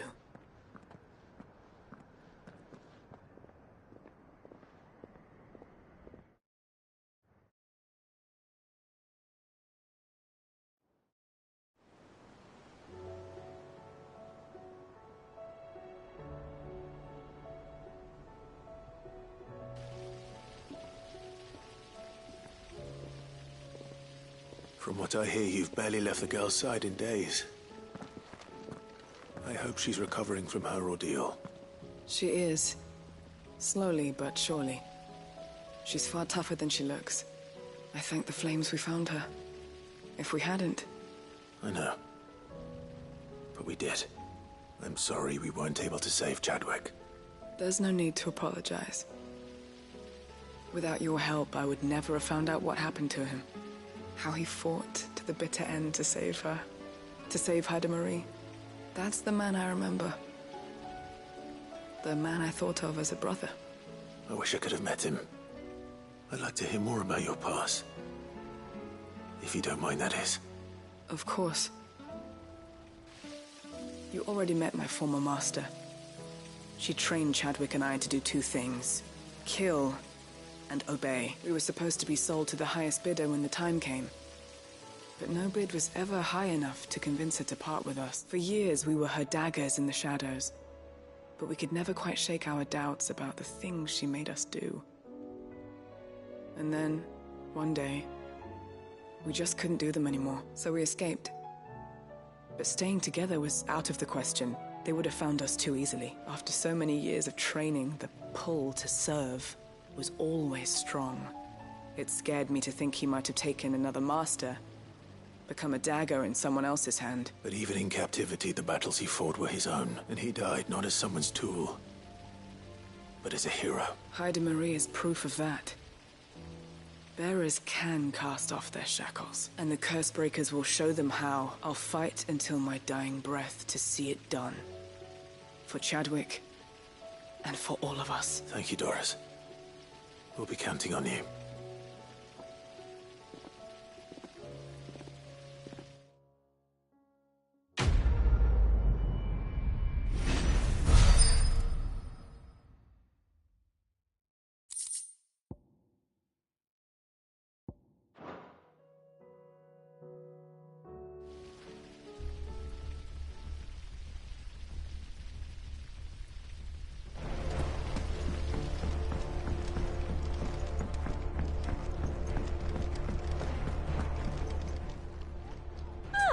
I wasn't expecting you back. All yours.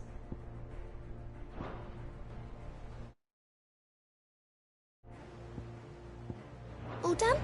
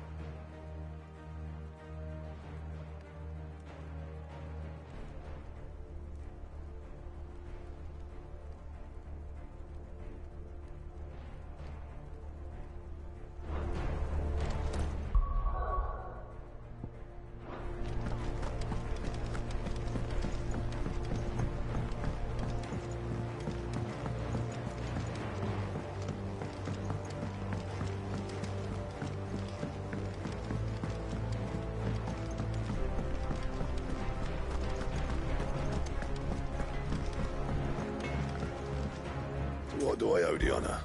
So, will it be?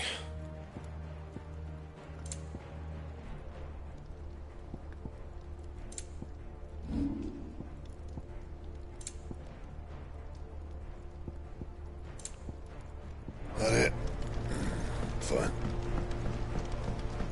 Say what you will. Be carrots.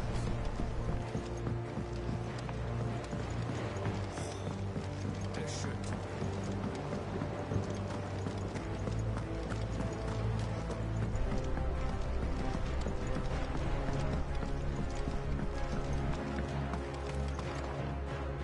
Oh. What brings you down from the heavens, Sid? I need your advice. Joshua and I are looking for a place where snow daisies grow. Preferably in abundance. Snow daisies. Then you'll want somewhere not too hot and not too cold. And where the winds are strong enough to carry the seeds. I reckon Man's Hill would be a good place to start. There in the Royal Meadows, perhaps? Both have similar climbs and the right elevation. If the Blight hasn't claimed them yet. Right. Thank you. Did you learn where we might find our flowers? The gardener here mentioned the Royal Meadows in Sambrak. Ah, the fields beyond Northreach. Well, if that's the case, then Yote was right. I recalled that she kept a record of our travels, you see. So I asked her if she'd perhaps noted anywhere that snow daisies grew, and she mentioned Oilafeist Bay. Whose shores border the meadows. Off we go then.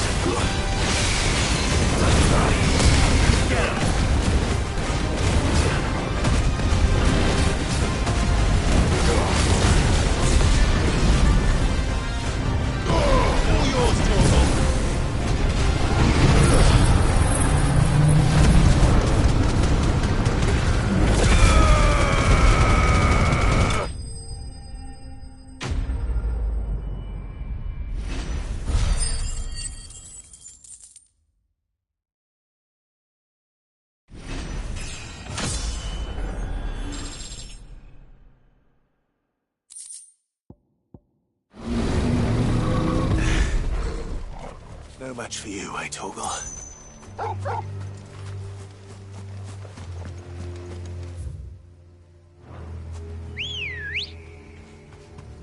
Good girl. Run like the wind.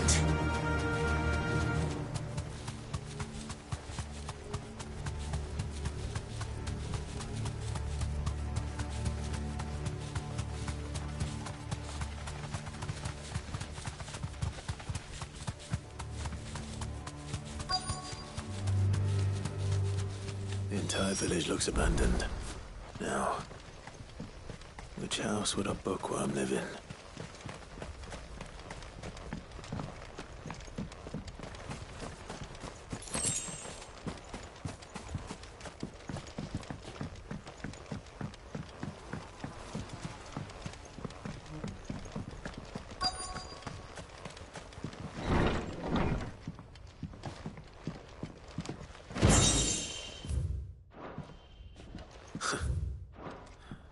His interests were certainly varied.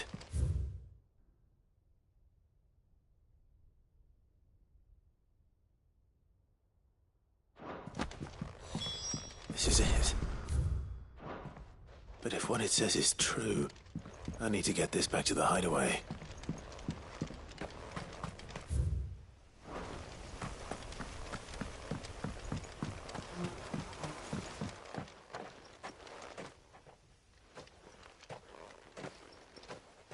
Leaving so soon, stranger? We've been watching you. From a distance, so to speak. Subtle. I know who you are. Then we need not waste time on introductions. Hand me the book. Leave it in our care and return to your life. Your care? Do you mean to burn it or bury it? That is not my decision to make. But by one means or another, its contents shall be removed from the common record. Then I'll have to politely refuse. I won't let you erase our history. Then we find ourselves at an impasse. Very well. The book can just as easily be pried from your dead hand.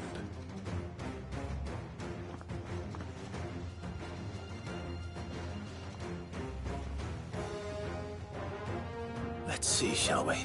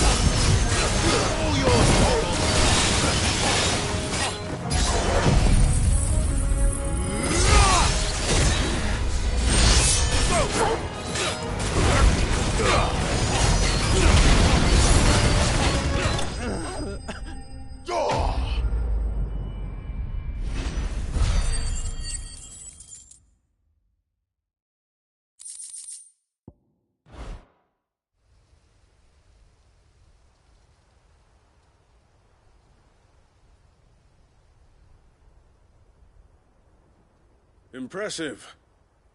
But we have other means. We shall claim the book yet. Why do you want it so badly anyway? It lays out in no uncertain terms the vanity and avarice of mankind. It tells the shameful history of the persecution and oppression of a gifted few by a giftless many. Would you say that this interpretation was correct? I don't know. You don't know. Your sword may be sharp, but your wits are dull. So let me answer for you. There is no correct interpretation of history. That a series of events took place may be proved beyond a doubt. But there can be no single, immutable explanation as to why they came to pass. It is a question of numbers and of belief. If enough people believe that a set of events occurred for a reason, that belief becomes the truth. So you're trying to control the truth?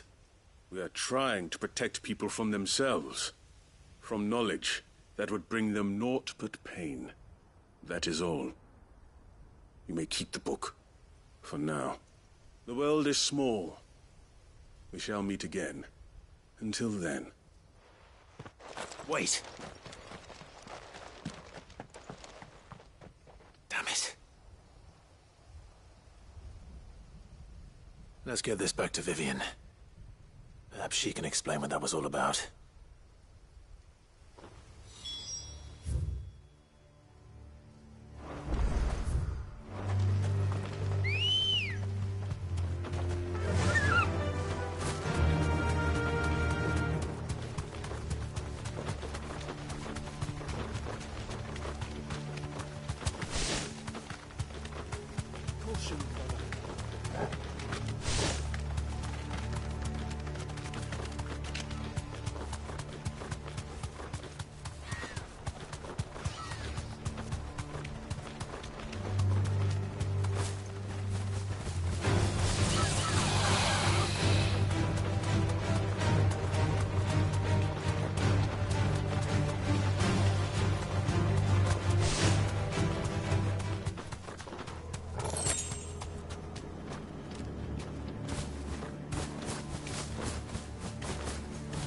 This must be the orphanage. Hopefully the registry is still here.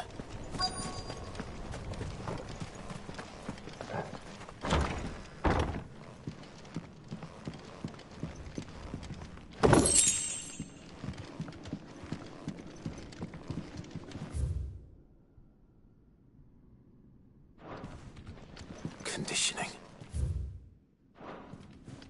Disposed of. Herman wasn't exaggerating. It's a wonder he survived this place.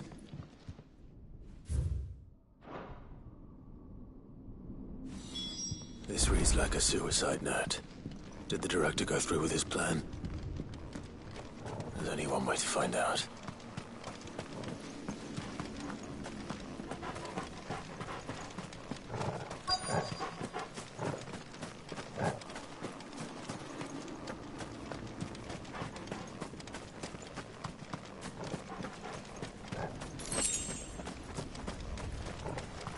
Forked white tree. This must be the place.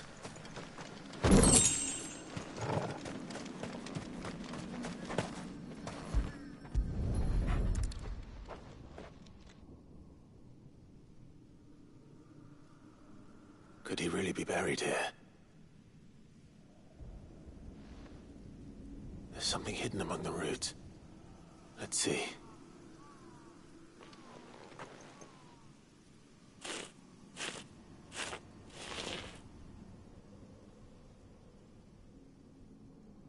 This must be the registry.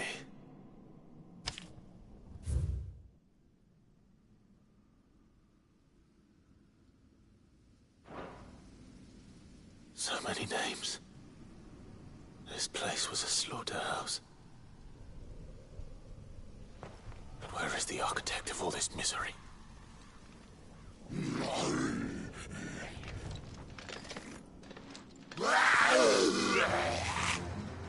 It was only a matter of time, I suppose. This place is cursed.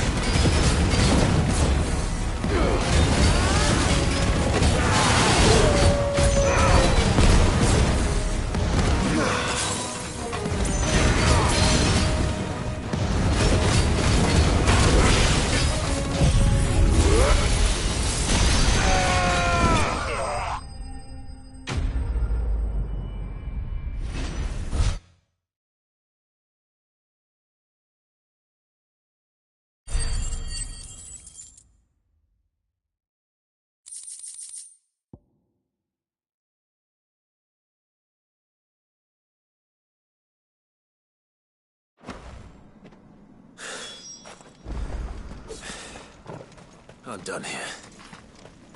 Let's get the registry back to Herman.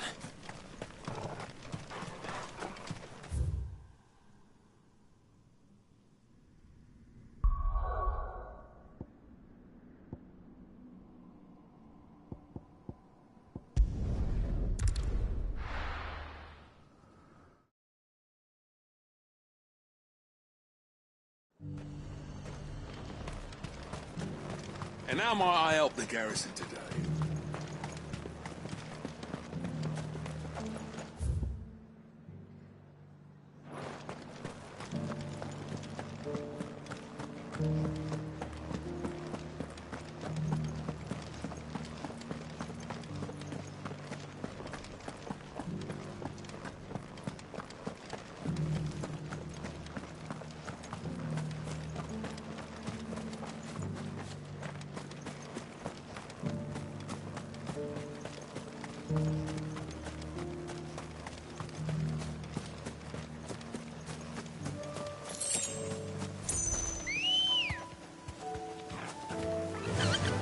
Run like the wind.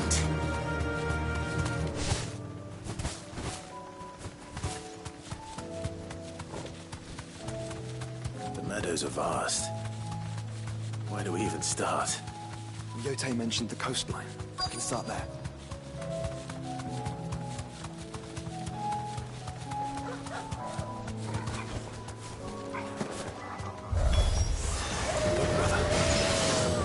Do you see them? And our friends.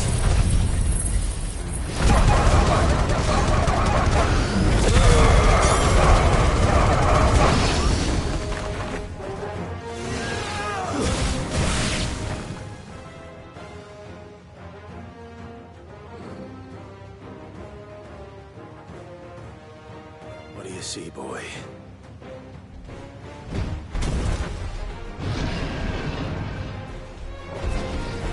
Let's hope this is the last one. Only one way to find out.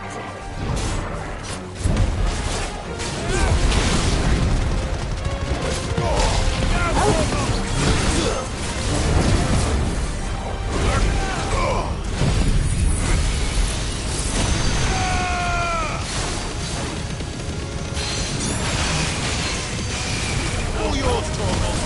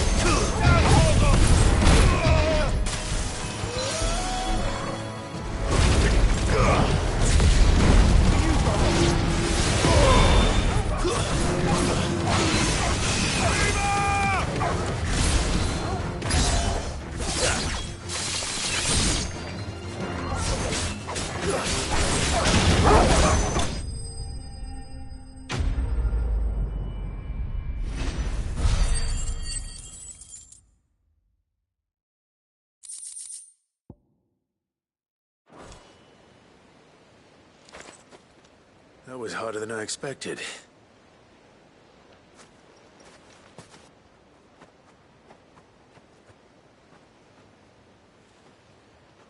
But found her.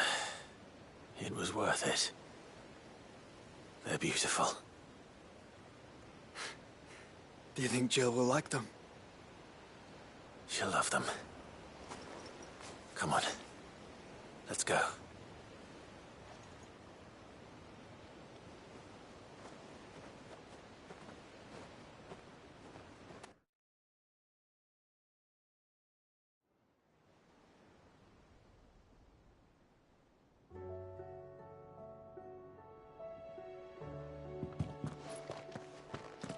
It appears my work is done.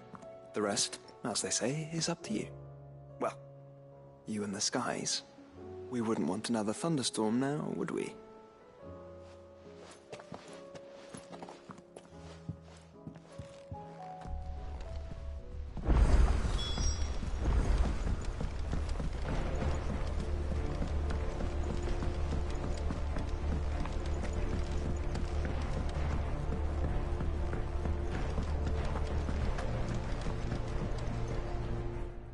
Vivian.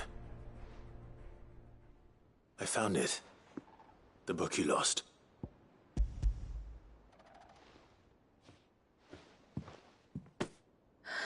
You found it. Thank you, Clive. Even though I asked this of you, I was not entirely sure it would be possible. I feared the executors had seized every copy. I met with one of these executors, and I convinced him to let me keep it. He told me something. That the truth is just a matter of collective belief. And that if enough people believe a lie, that lie becomes the truth. It does. But it also means that the truth is not immutable. That it can be changed. Provided that those who wish to change it can convince enough people that their perspective is the correct one. As the sad history of the bearers proves.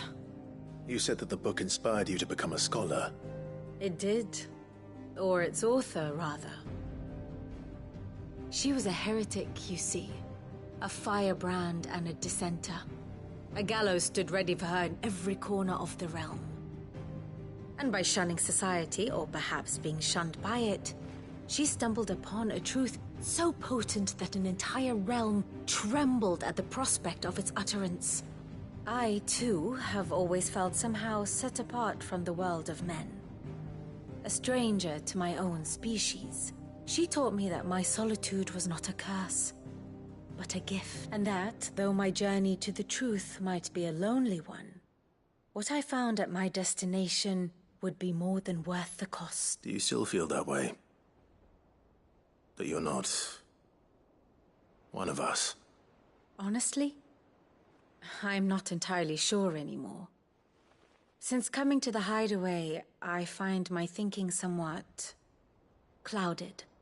Perhaps the result of studying mankind from a rather closer perspective than I had intended. But the more I study, the more I find value in this perspective. In looking not from the outside, but from within. So if you'll permit me, I'd like to continue my work here. Remember, Clive, when enough people believe, belief begets truth. Give the men and women of this benighted world the gift of truth. Make them believe in you, as I do. I'll try, Vivian. I'll try.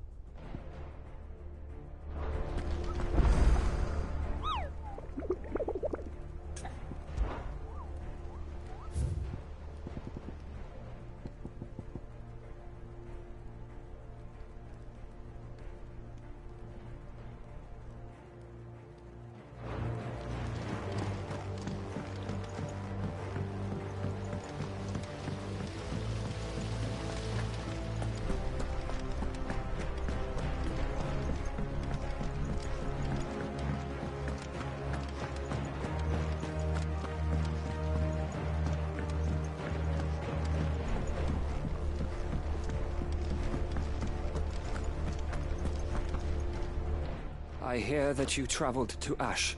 Sid, did you by any chance recover the names of my fallen friends? I did. Yes.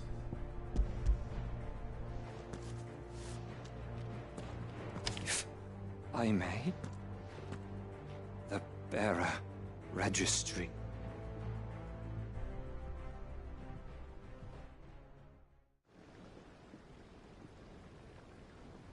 The director was a brutal man. He got no worse than he deserved. The registry was all I found beneath the tree. There was no sign of a body. Or any record of what happened to the children after the orphanage closed. I pray that at least some of them survived. All their names are here.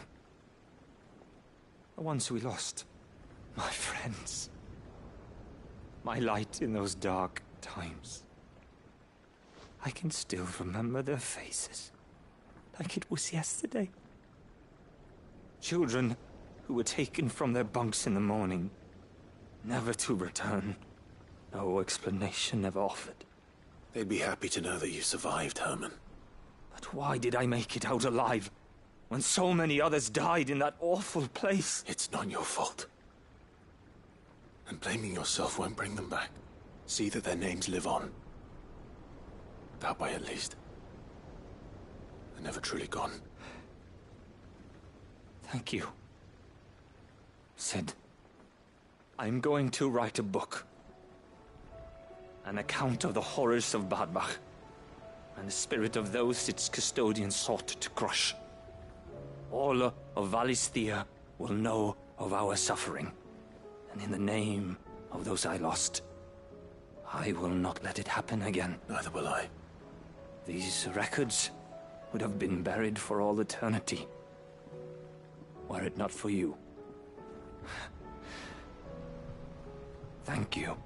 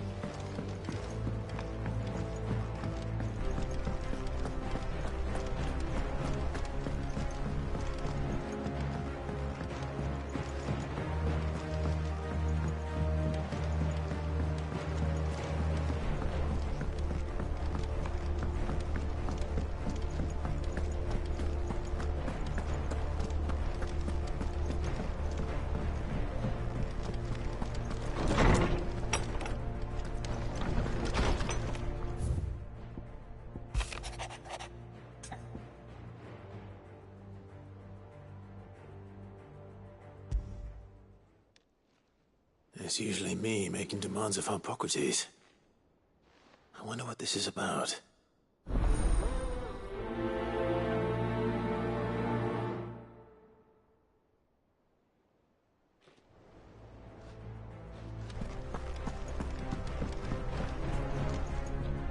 Jill, there's something I'd like to show you. There is? And where might this something be? It's, not here. Now, I know this is sudden, but how would you fancy a trip to Oriflamme?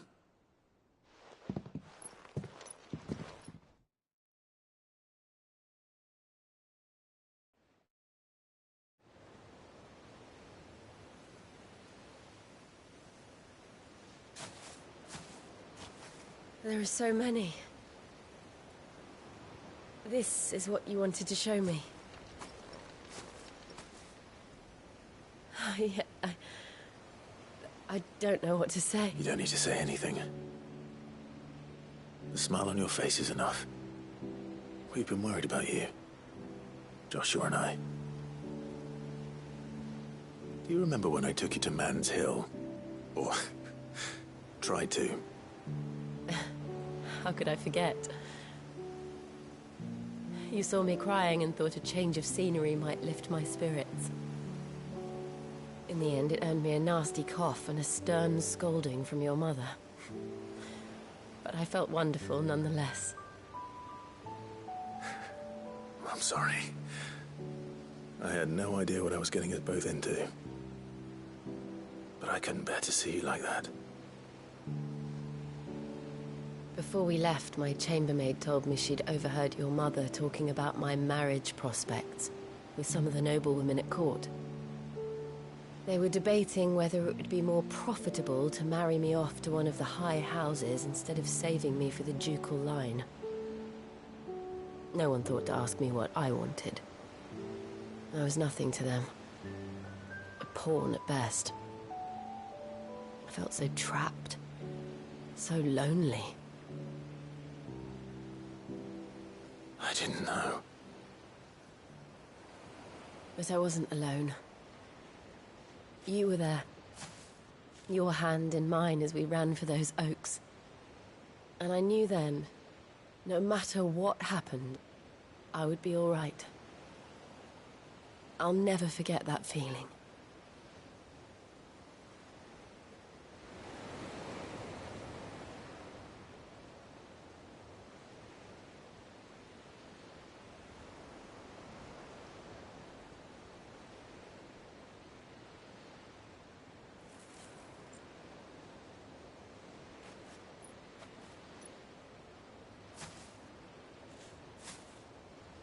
Before we broke camp, the morning after the storm, do you know what I did? No? What? I slipped away from my governess to climb the tor. And from there I saw a sea of petals, all reaching for the sun. And I realized that no matter how terrible the night, dawn would always come.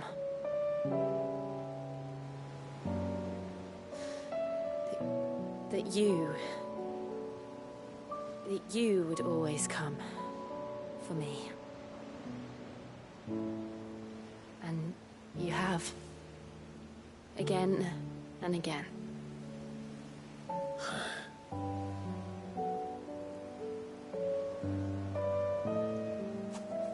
Where do you see us? When all this is over?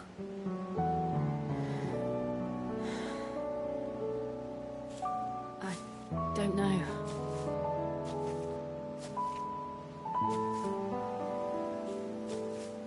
Not here, though. I think I've outgrown the twins. After everything we've been through, the realm just seems so small. I'll need some space to spread my wings. Then that's what you'll have. And I'll stop at nothing to see that you do.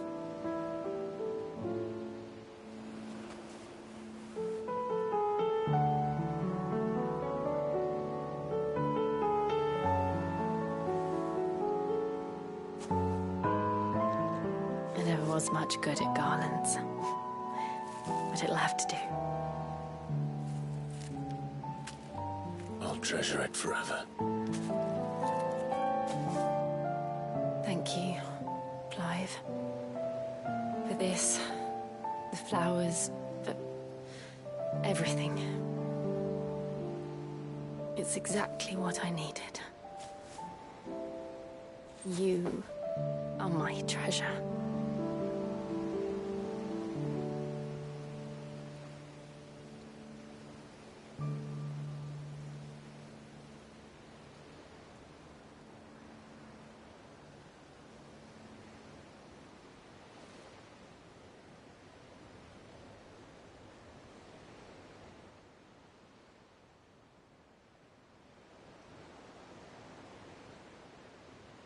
We should probably be getting back.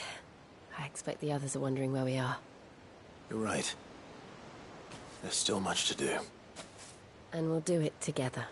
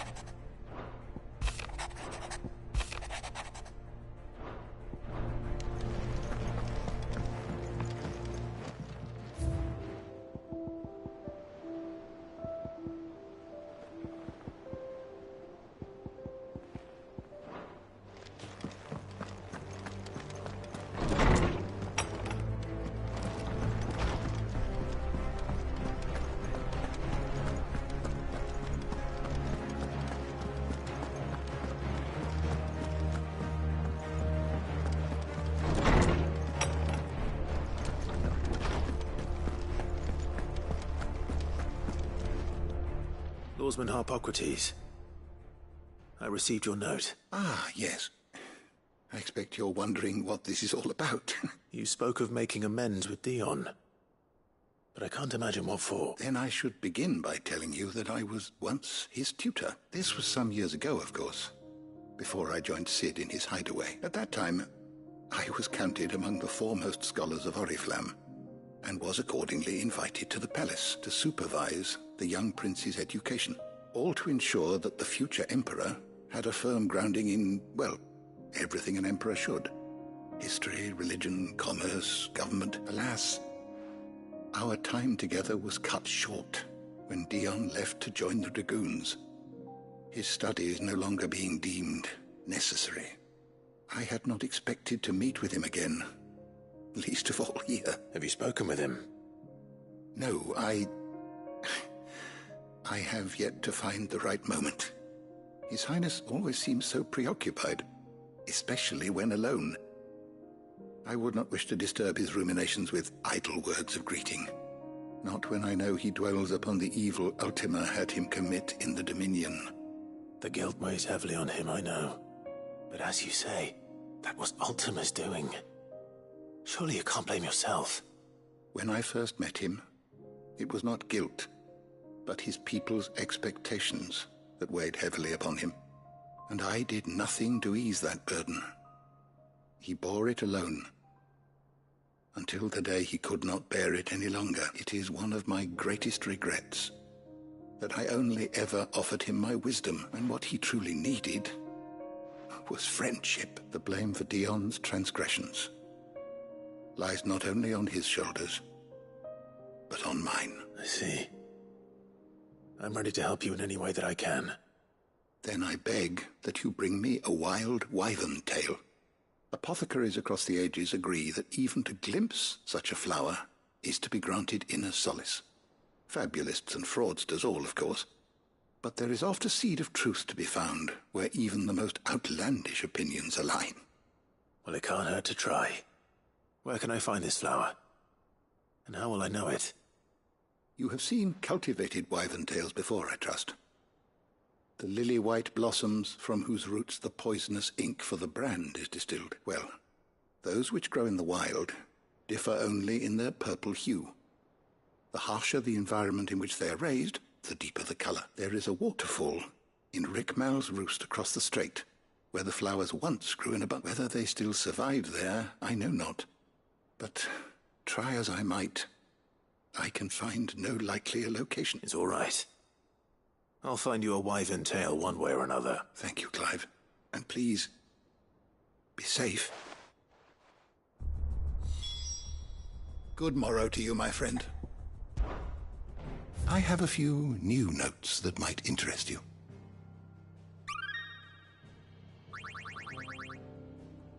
If you have a question for me, I should be happy to answer it.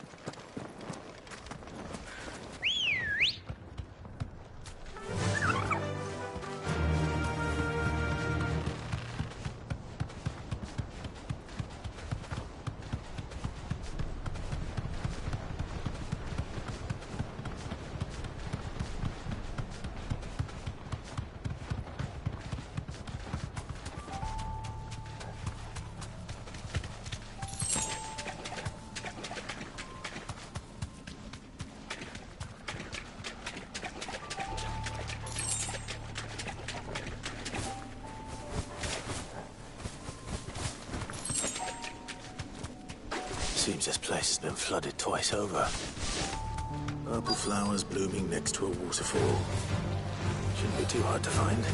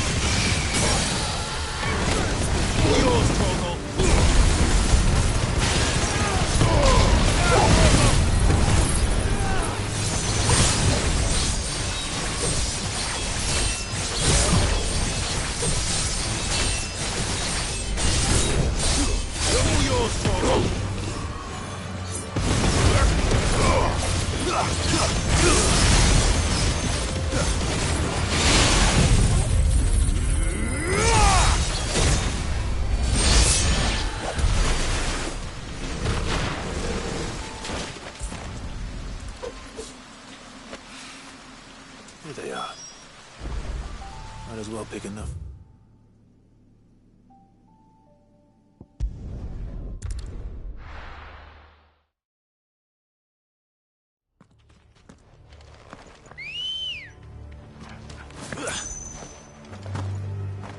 Good girl. Fly, Ambrosia.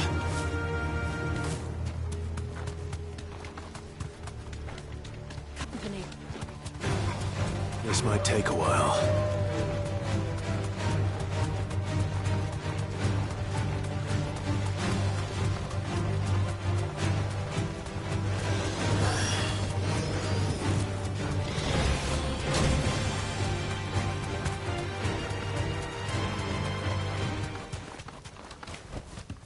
That'll do, girl.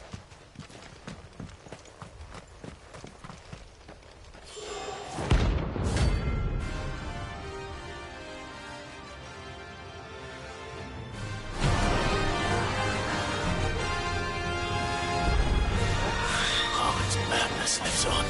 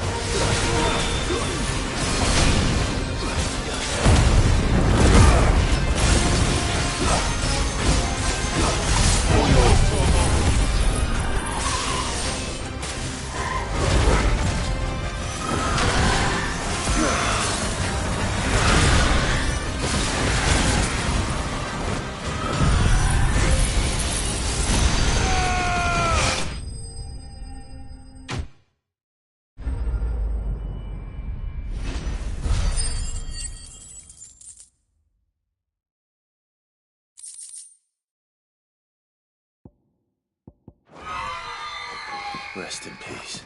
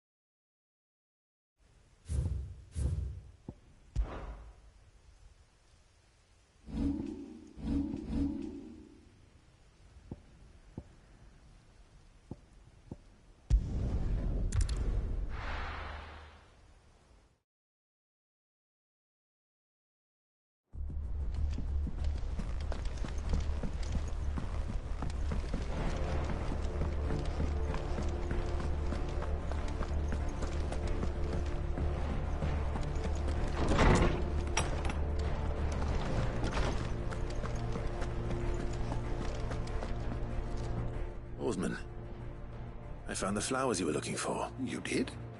I think I did.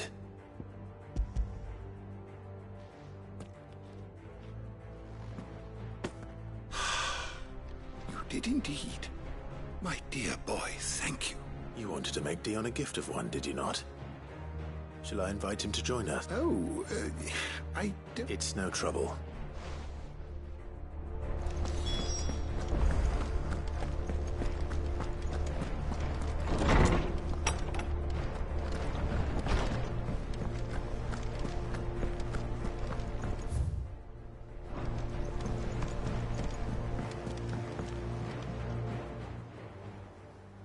Your Highness, would you do me the honor of accompanying me?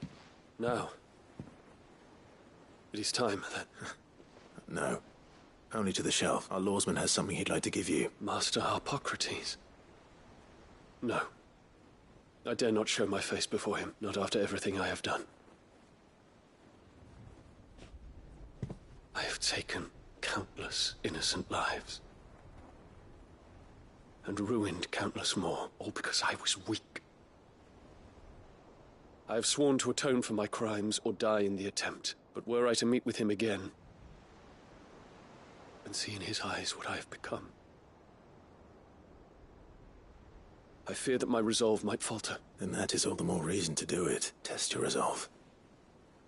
Prove to yourself and to him how strong it truly is.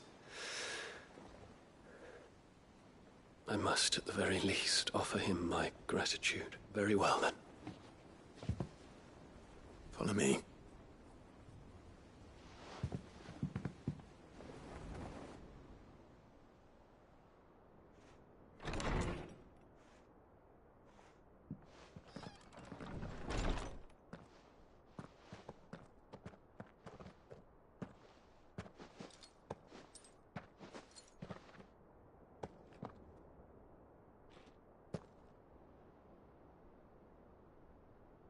Even now, I hesitate to approach him.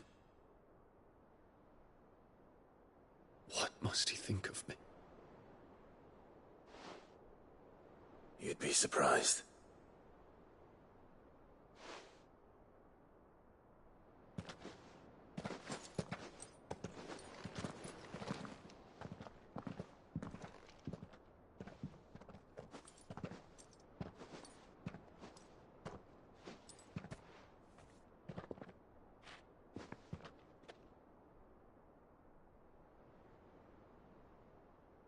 Master Harpocrates, pray, accept my apologies for leaving your tutelage before my studies were complete. Your lessons opened my mind to a world quite unlike the one I had imagined from within the gilded confines of the palace. And I shall be forever grateful for the efforts you made to enlighten me. Lift up your head, Your Highness. The deeds of youth require no apology. That you took the time to visit me says much about the man you have become. Now, there is something I would like to show you.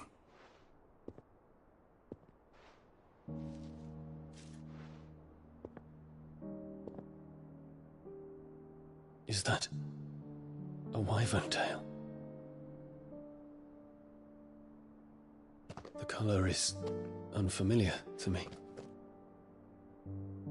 Because it is unique to those found in the wild. Something in the harsh environments in which they grow lends them this striking hue. Their roots are indistinguishable from those of their hothouse cousins, but once they bloom, the difference is immediately apparent. In this flower, I see you, Your Highness. Its roots were the roots of a wyvern tail, with all that implies. But they do not define it, just as yours do not define you.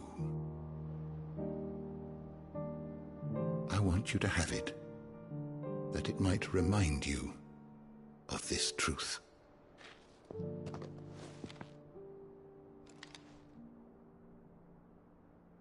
Master Harpocrates, I would ask of you a service. Keep your gift until I have fulfilled my duty to the realm, for only then shall I be deserving of it.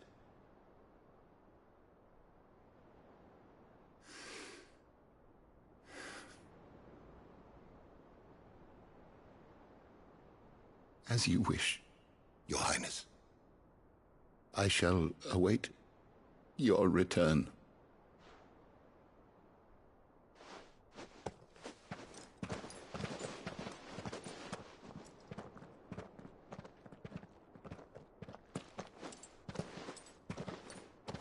Our roots do not define us. No wonder my stepmother didn't like him. For reuniting me with memories I had thought long lost.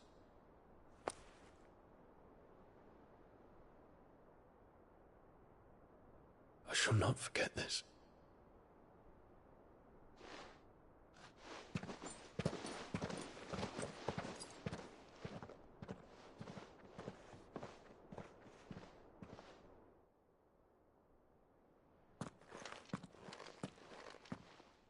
Thank you, Clive. Were it not for you, I fear I might never have found the right moment to speak with him. Not to mention the wyvern tales.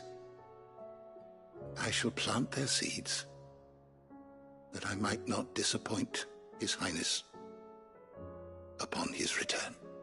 I hope the soil in the hideaway is to their liking. Why, these flowers bloomed in the bleak, black wastes of Waloed. I'm sure Nigel's yard will suit them to a T.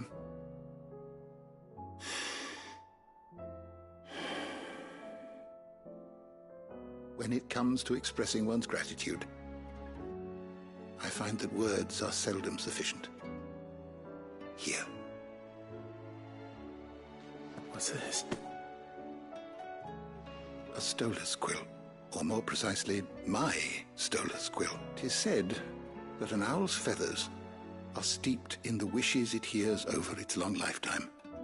All those words just waiting to pour out onto the page. So consider this my wish for you, that one day you may put down your sword and pick up that pen. Well, when that day comes, I'll certainly have a lot to write. Thank you, Harpocrates. It shall have pride of place in my chamber.